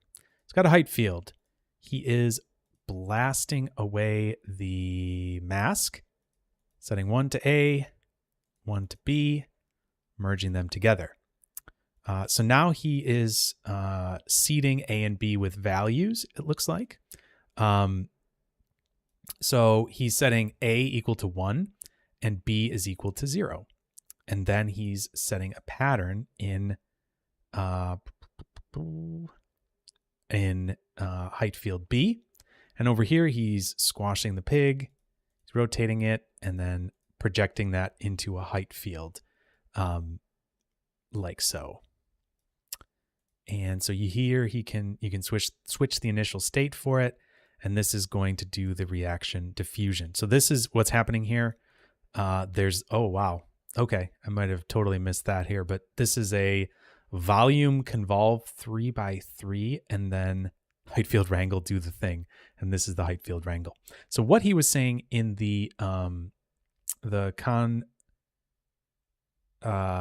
so what it does is it calculates a difference of each voxel to its neighbors. And so that's what it's saying is what that convolution is doing. So it's calculating the difference of each voxel to its neighbors, because a height field is just a series of voxels. And then here we're just boosting the height field B. So we're multiplying it by 10 and then visualizing it. So there you go. So what's going to happen now is this solver is going to do the main reaction diffusion thing.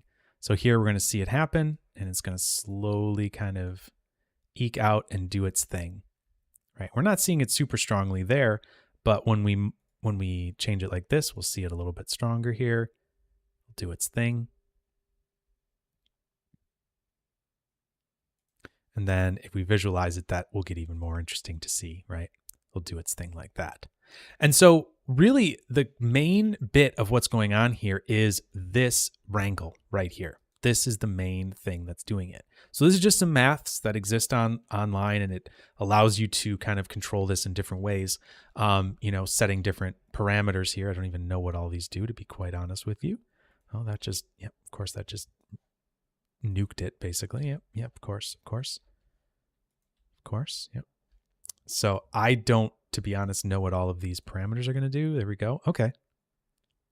Yeah, it looks like that's getting a little more squiggly and dotty. And what if we go this way? It'll probably be even less so. Yep.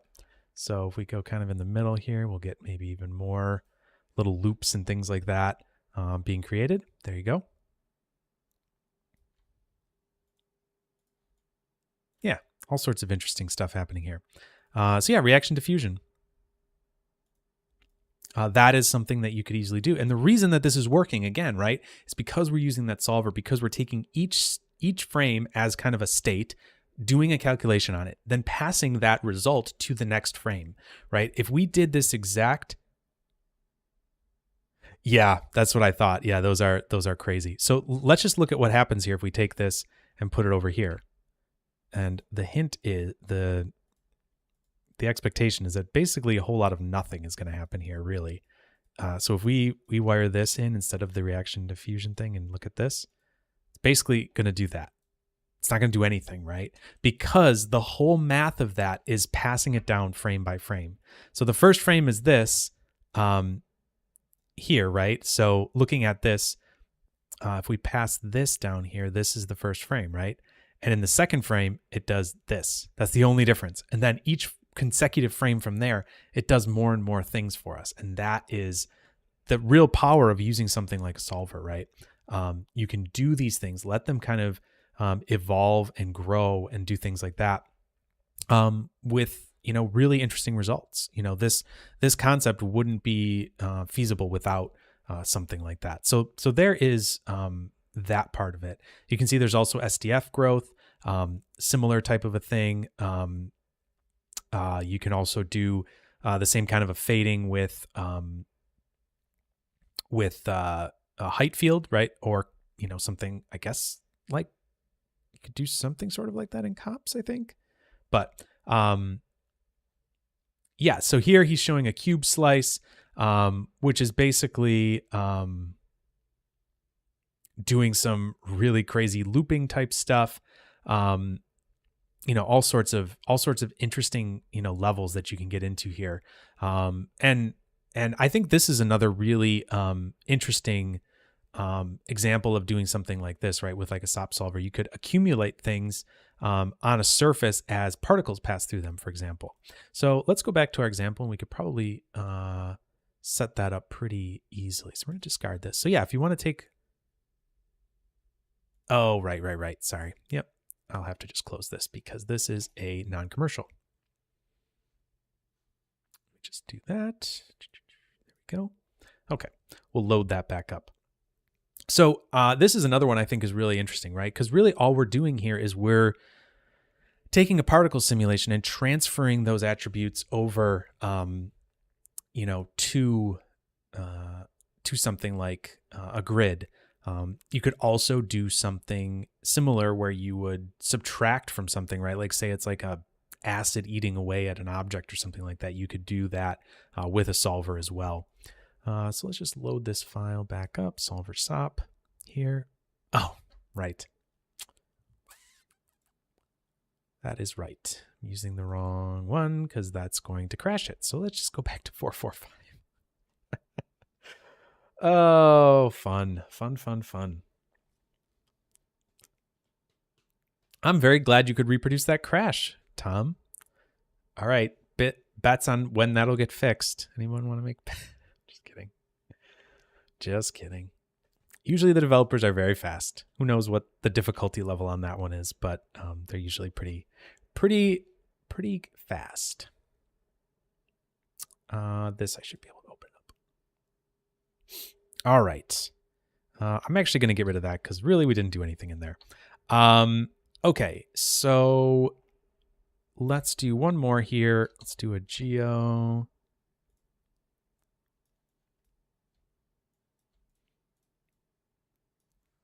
And this will say particle sim transfer. So we'll just do a particle simulation. Which version crashes? It's at least 0.479. 445 does not crash, which is what I'm in right now. Sorry for the confusion. All right, let's see. Pop network here. Let's just do a...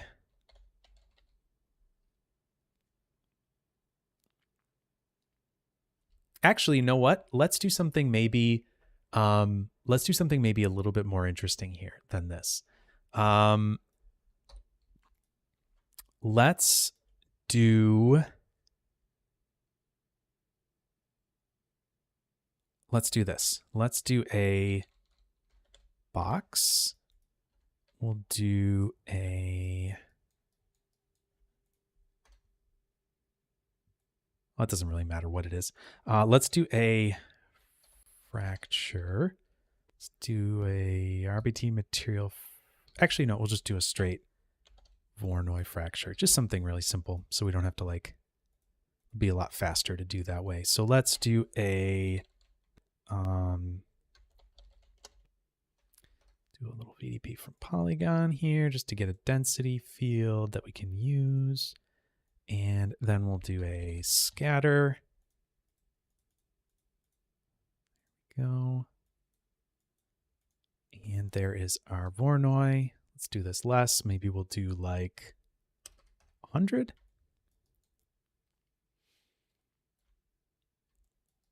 Okay, cool. So there is that. Oops. Okay, so let's take this and just set this to be like so. Got our individual pieces here. Can we pack this? We can just do an assemble.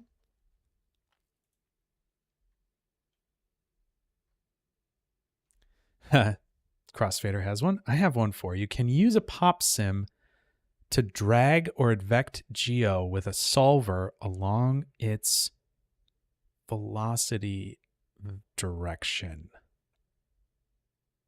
Maybe. Yeah, I think. To drag. Yeah, like... Yeah, I think what you're saying though is almost like another sim on top of it, almost, right? Because you would want to use the particles and then drag like a geometry, but you would want the whole thing to kind of move with it, right? And then that's like almost like it's almost like you'd want to transfer your velocity of your particle simulation over to a vellum like a vellum cloth simulation or something like that. That I think would be a little bit better. Yeah, based on a certain area that those particles would be in. Yeah, that's what I think would be actually a little bit better in a case like that, to be honest. Yeah, I don't know if that is helpful or not, but yeah. I don't think the SOP solver would be the best solution for that, maybe. Prove it. I can't prove it at the moment. I'm going to continue on with my quest, but maybe that's a good one for another time if you have something like that to suggest. Because I don't have that in my brain right now, and I'm going to do this real quick. But I do appreciate it. Okay, so we've got this assemble here. Let us... Okay. So what we're going to do is we're going to do the same trick we did before. We're going to do a point wrangle. So this is going to be similar to our little exploding thing before. So we're going to do a point wrangle here. And we're just going to say v at v equals v at p. And then maybe I'll just do times 2 just to give it a little extra velocity. And then since we've... Oh, actually, you know what? I'm just going to do an RBD configure instead here. We're going to do an RBD configure. That'll configure this to be ready for RBD. I'm actually going to do this on the proxy geometry because that's where these values should live. And then if we do an RBD bullet solver, we can wire these in. Hello? Oh, right. Shift click. That didn't work. Perfect. Okay, so I think that should work. We should be able to do that. I'm going to do a collision, ground type, ground plane. and hit play. And there we go. Perfect. Okay, so let's do this a little bit more. Let's do like 5 just to give it a little more oomph.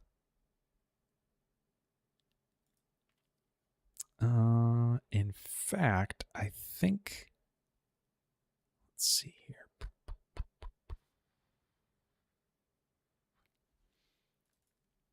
Let's do this at 2. So will that give us a little more?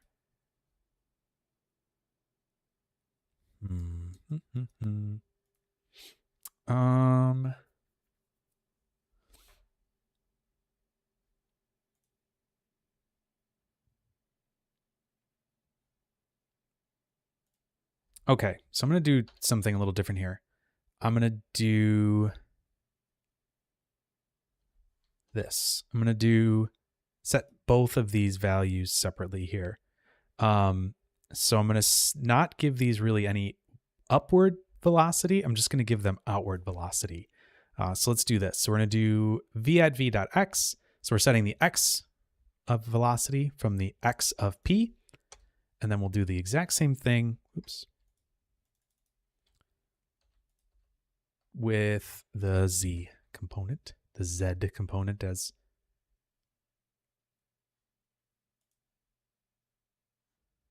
hello. Why is that not happy? What did I do?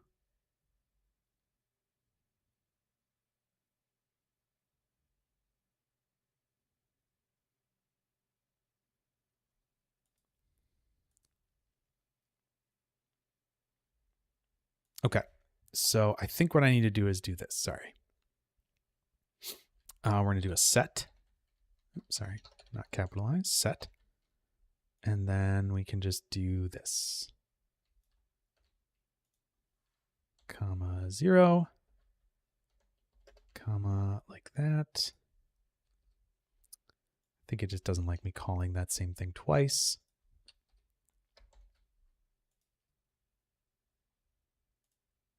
Oh, it's capitalized, dummy. Could have done it this way, but they're capitals. I hit shift when I did that. There we go. Anyways, okay, so this should now go like that. And we could multiply them by a little more. Let's do 10.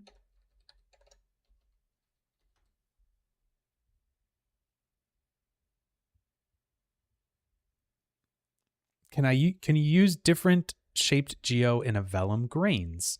Or does it have to be spheres? Yes. Vellum.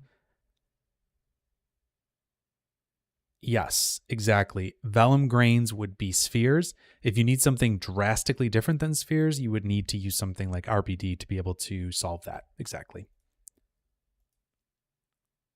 Okay, so let's do that. Let's reduce this a little more to like 25 because I just want to have a few shapes. And then we'll also give this I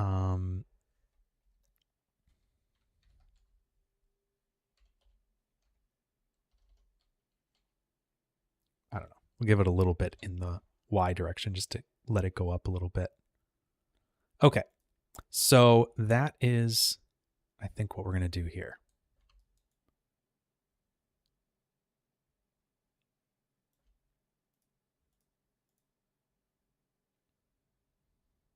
Actually, no, we could do. Could you just do this? Just give it exactly the Y. And then there we go. So what I'm going to do is I'm going to have these like kind of go through and make a little height field, kind of like a divot in it or something like that. So we've got these shapes, right, that we're using here, right? So let's now add a height field in.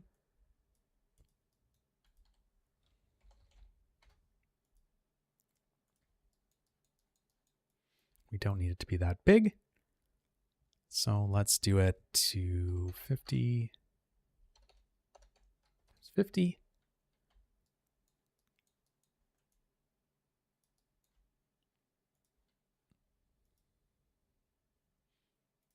Nope, doesn't even need to be that big. So let's Let's go down a little more, like so. Cool. And let's just turn this down. We can see that there's a certain number of voxels here, so maybe we do 0.1 for right now. Take a shot at that. And let's do the initial height to be a little higher, because these are all going to sit down like that. Let's give the initial height a little bit. I don't think we want very much, but maybe like so. We can go to 0.2, I think. There we go. Cool. And let's take these objects here, right? So we have this geometry. And I think if we do the output here, this should be, those aren't packed. So what we can do is we can output, we can just unpack this.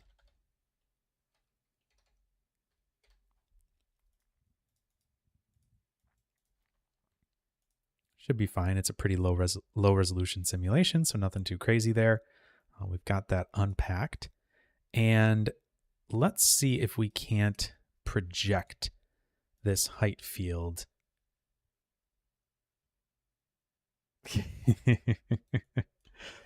Oh, that's funny. Blasphemous. Sorry, Tom. Not everybody loves tops all the time. I do like tops a lot, though. Okay, so what did we use here? Is it a height HF project, I think? Yeah. So let's do that. Then I think what we could do is we could do the minimum. Yes, that is working. But, however,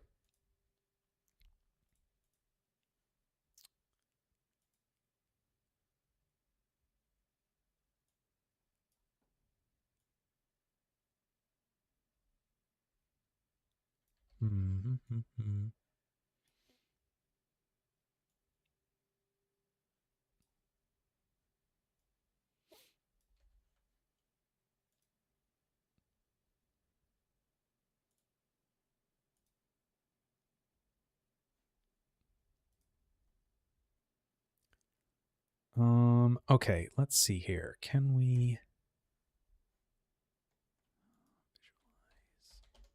height field visualize? Let's see if we can see.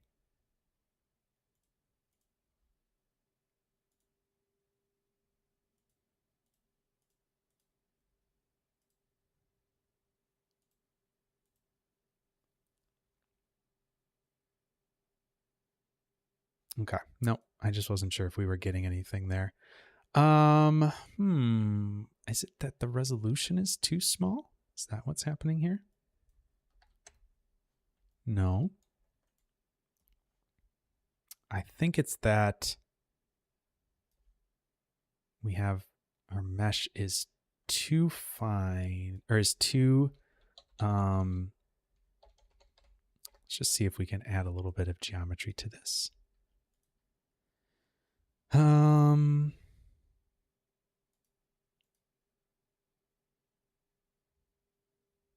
Hard edges, we're just going to have all the edges be hard edges, just to give us a little bit more geometry here. Let's see if that works.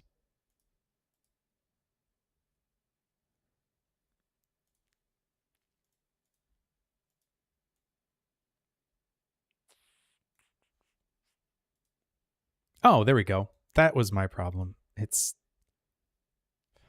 so silly. Okay. Can we turn this off? Will it still work? Sure will. Okay. Sorry about that. So I guess what we want to turn off is hit furthest, because that was causing some issues. So now if we do this, we can see that we're getting a nice results. Hooray.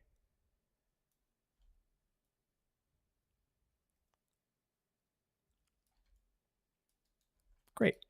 In fact, we could probably increase the initial height to 0.25. There we go.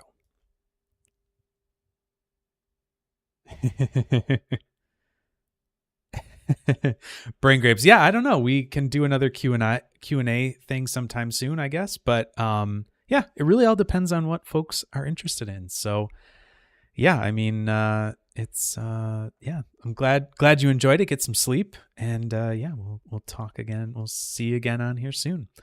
All right, so we've got this going, and we've got this height field project, and so now what we could actually do here is we could put this height field project into the SOP solver. So I'm just gonna hit save, make sure we don't run into problems here, or the Solver SOP. Sorry, do solver, wire this in. And then we should be able to just copy and paste this into here. Our last frame is going to, again, just be the terrain coming in. And then our geometry project is going to be this, which is our box. So if we put this in here, we should see, hopefully, if all goes well, that this will give us some paths, right? And now, one interesting thing that's happening here is we are getting some flickering happening here, right? So we're getting a little bit of this flicker happening because we're going within certain frames, right? So our frames are not exactly, it's going by integer frames, and we really want to allow there to be some in between frames, right? So let's see what we can do here. So I think what we can do is we can do a time. I think it's a time blend is what we want. And this will allow us to do, just make sure that this is working. Yep, still looks like it's doing it. Let's do the in between frames here and let's see what happens.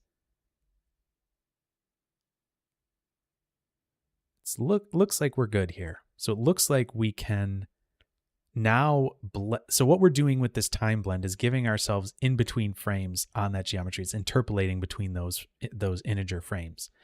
So that should work. I don't think we want to do this, right?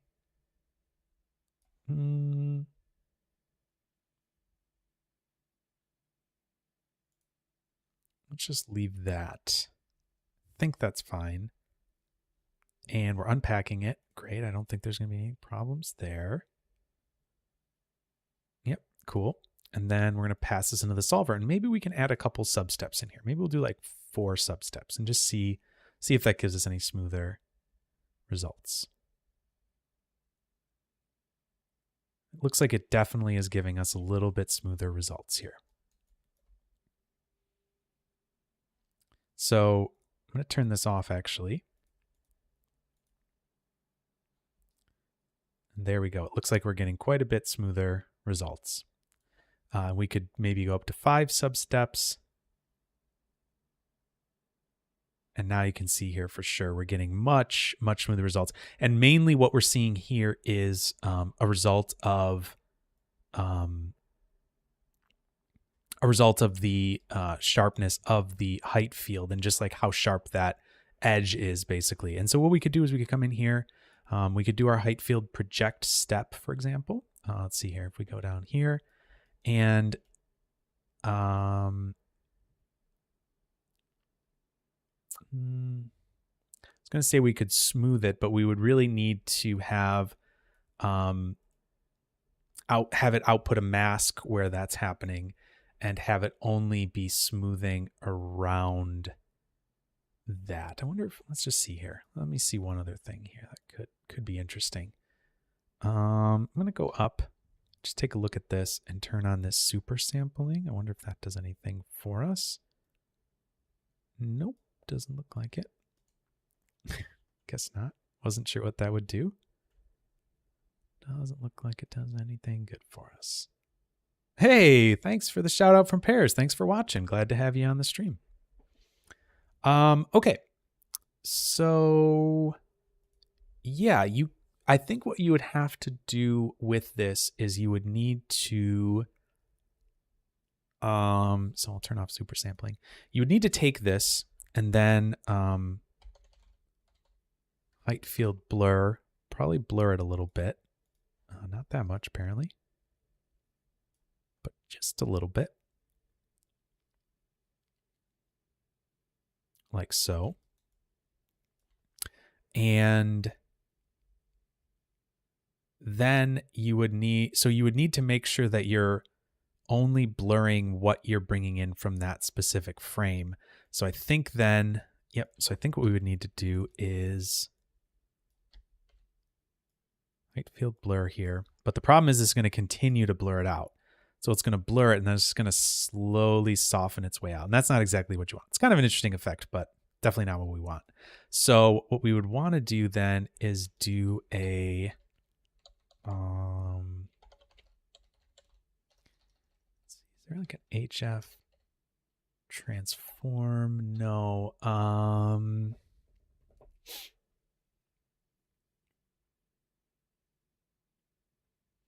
Yeah, so what you would want to do is probably look at this in its mask mode, I'm guessing.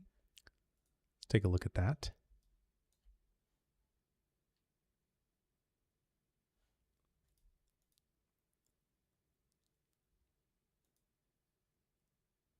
And I'm guessing that if we did an HF visualize, and we turn this off and change this to a custom tinting, can we see our mask? No. Interesting. There's no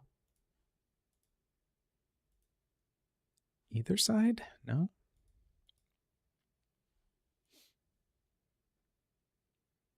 Oh, that do it? No. It must be missing something really stupid here.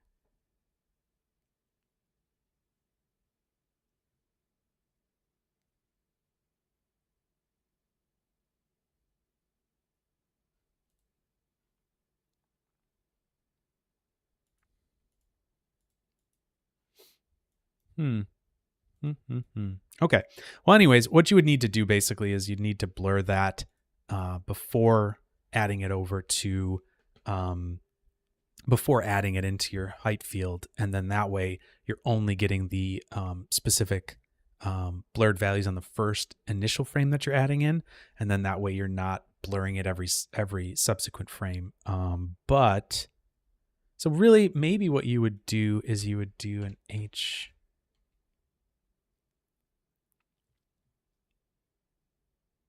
Okay, I think I know what we could do. So we could do a height field blur here, and then if we did an HF height field VOP, here's a VOP that might work. I think this could work. So we do this, and then output it. This is only going to be working on the first frame here, or the previous frame, which is just going to be flat. There's going to be no transfer of stuff here. But what we could do is, this is getting our height and inputting it and outputting it, right? Here's our VOP network, right? So what we could do, since this is our height section, we could get this is a volume. How would we do this? Let's see.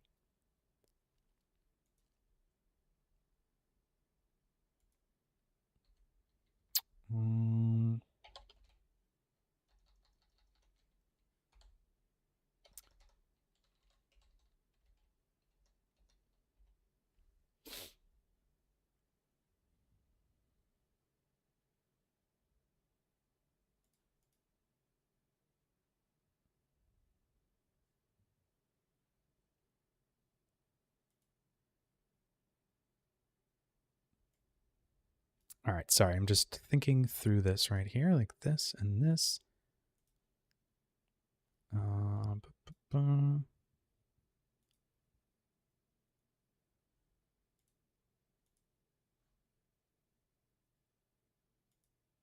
Okay, sorry, let's do this instead. Volume sample, which is just going to be a float. We actually just want to float. So we're going to look at the second input.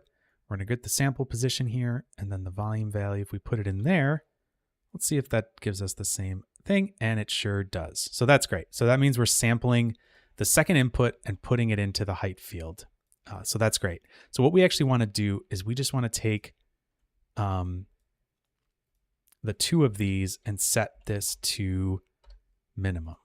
And so this will take the minimum between the two of these because we want the lower value, like the lower height. And let's see if that does it. Looks like it does, and we aren't blurring out those values, I don't think. Let's see here. Yes, and so what we would actually want to do is this, We'd want to do this, pass that in there, and yep. So what we're doing here is we're taking the height field, we're calculating this just like we would normally, right? And blurring it. And when we then pass this into the volume VOP, that's going to take the minimum between those two. Is there a height field math? I wonder if there's something like that. Don't see that. Okay. Anyways, so this is just basically doing a simple minimum calculation between those two and outputting it. And so now this should hopefully give us what we were looking for. A nice soft, yep. And there we go. We've got a soft edge to this. And those are, it's like almost like a little snow, like a snow situation here where we're getting like snowy, whatever, like imprints. And if we took this and we just viewed that, we'll see, there we go. Got like a little soft snow simulation there. But it's really just a solver on a height field. Nothing too crazy. You could do that for paths in the snow. Now there's not cross connection between the two, but if you were doing, tire tracks or something in the snow from a distance, that would certainly, could really easily do the trick for you, something like that, from a distance. So yeah, some interesting things that can be done with these solvers. And so even if we do this and look at our height field blur here, just going to kind of scrub through it. Here we can see, there we go. We can see that our blur is going to change here depending on how soft, how much that's just going to be the input basically. So we're taking those two without thinking about anything, need more pieces, without anything included in the two, previous frames or anything like that. We're just bringing those both in, projecting it, blurring it, and then transferring it more or less. What we could also do as well is we could do that outside of this. I don't know if that would be any more efficient. We could try it. Let's see. I'm going to cut that there and go up a level. I'm going to paste that. If we do this outside of here, then put it in. I don't know if this is any more efficient or not. Let's see. Oh, wait a second. Why is that not working? Oh, because it's in the wrong input. That's why. It's like, that should work.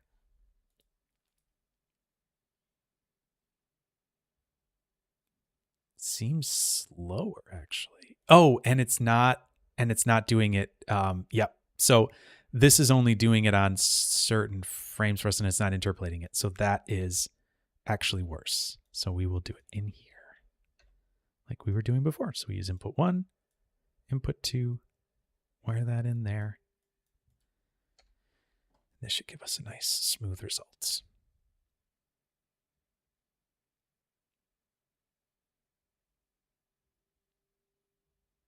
Yep. Cool. And then like Tom said, if we want more pieces, we can have more pieces. Thomas.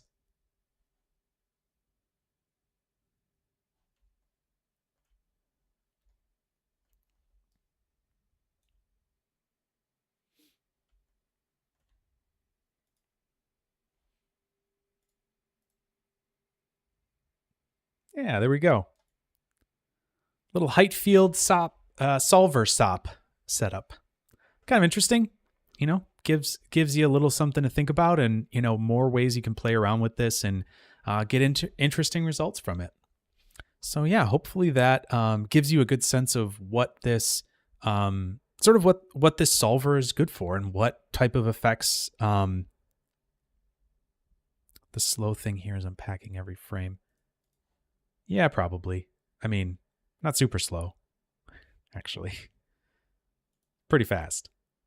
It's running at, yeah, it's running pretty quick. So I actually don't know if the unpacking is super slow in this case. I think it's just doing this height field project and blur every subframe. You know, we're doing subframes on this.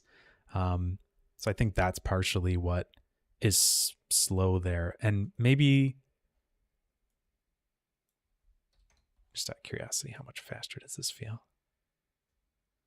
Yeah, quite a bit faster. But it's less resolution. Nobody wants that.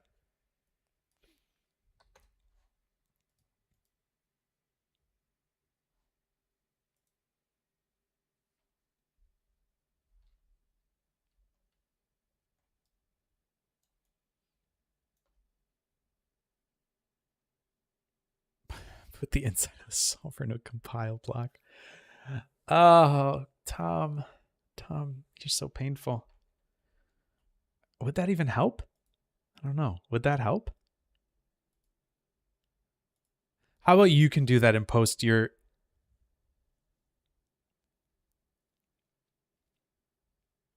Right. Okay. Unpacking a static frame using transform pieces. Yes, exactly. So really what I should be doing is just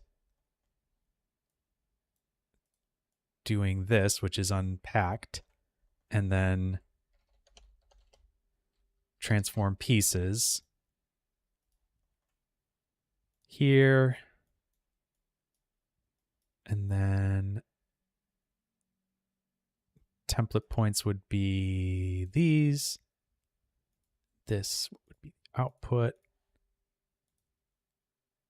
Right? No, apparently not. What did I do wrong there? Oh, right. I got to do this one here. Sorry. Nope.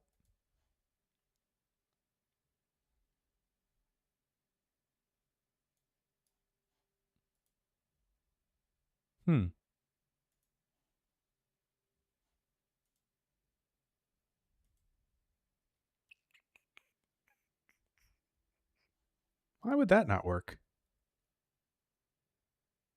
Oh, because those are, sorry. Why is that even packed? That doesn't seem like it should be packed. No.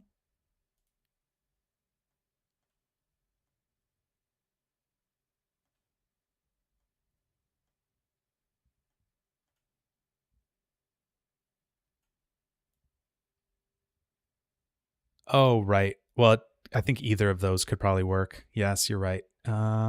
Maybe?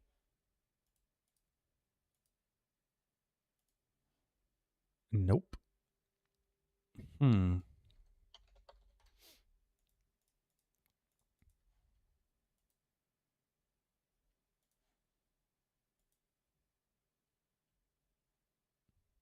Mm-hmm.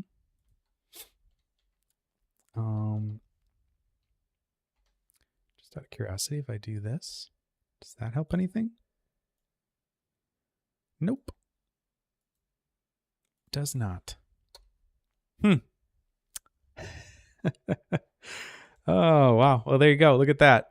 How many side effects employees does it take to transform pieces? Oh, I haven't done this in long enough. Don't know why that's not working. That seems like that should be working.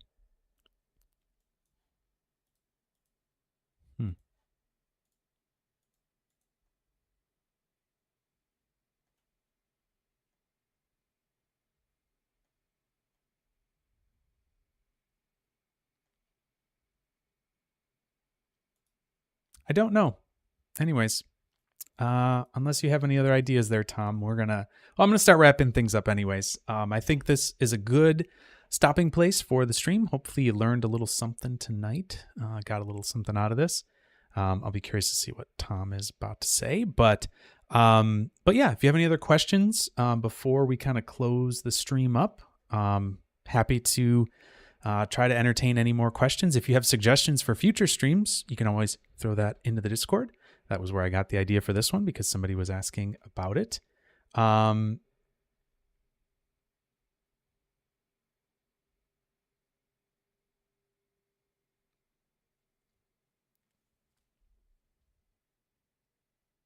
I have a couple of random ones. Yeah, what do you got? What do you got? Let's see here. So let's do time shift. Let's try this out. Delete channels, this, and then unpack it. There we go. And then time shift this one.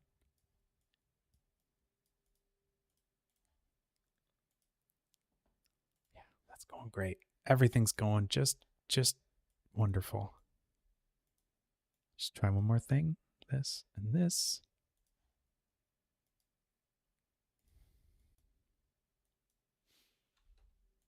Yeah, I don't know why. Can you create UVs in a pop sim, not fluid? Do you mean like add a UV attribute to it? Is that what you mean? Like have UVs on your particles and then keep those? I think I'm just going to remove that from here because that's a little bit nonsensical.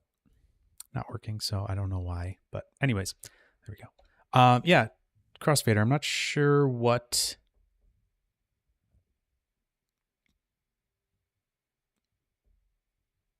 So at the end of your sim, you get a proper UV to work with. You mean like you want the end to be some sort of image, and as you like launch the particles into it, they know the right color that they're, or the right space in the image that they'll go to in the end, and like fit, like, so you have like a whole bunch of particles that are sitting at the end of it, and it's like an image that it makes up, or like whatever. But then like as it goes to this simulation, those are falling into it. Is that what you mean?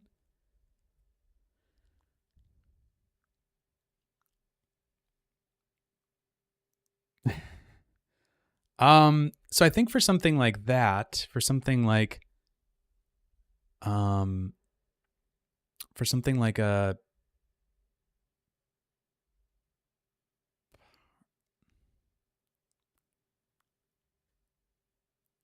UVs, like you would almost want to do the simulation, project onto the last frame of it, and then match the UVs to the IDs, I think is what you'd want to do.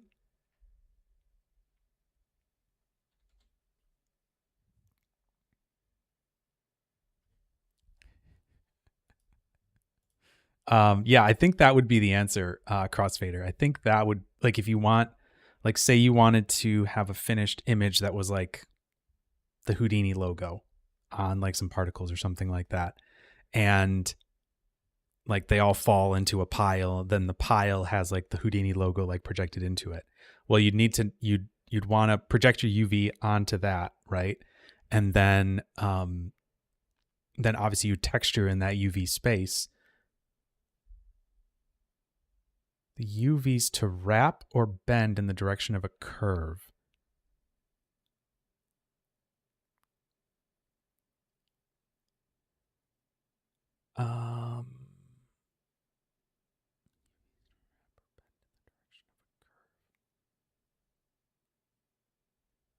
I'd have to see an example. If you put it in the Discord, I mean, I'd be happy to try to give you some feedback on that. I don't really know off the top of my head, but if you get like an example or like a visual or something like that, just let me know and like ping me or something. And I'd be happy to give you some feedback on how you might go about doing that. So, and yeah, that's true for anybody. If you guys have questions or anything like that, that's what the Discord is for. Yeah, there's lots of nice, helpful folks in there. People like Tom, but plenty of other people around that are happy to help and are always interested in lending a hand, because we've all been there. We've all been trying to learn and things like that. So yeah, I think that is going to be where we're going to end this stream tonight. But yeah, Lucas, definitely hit me up on the Discord and we can try to figure out what exactly look you're going for. And I can maybe give you some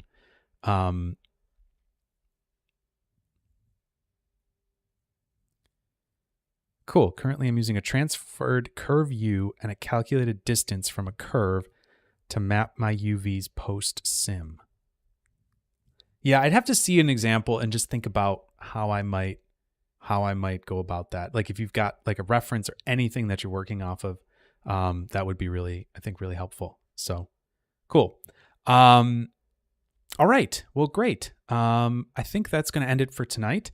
Thank you all so much for being here. Hopefully you learned a little something about the solver and what you can do with it and how, how you might, put that into your projects and things like that. If you are interested in getting your hands on these files, they will load them up onto the Google Drive that's on the Discord server that you can get through there. There's a HHHIP files that you can go to and download that. But for now, I guess we'll say that's it for tonight. And thanks all for joining, and see you next week. Bye, everybody.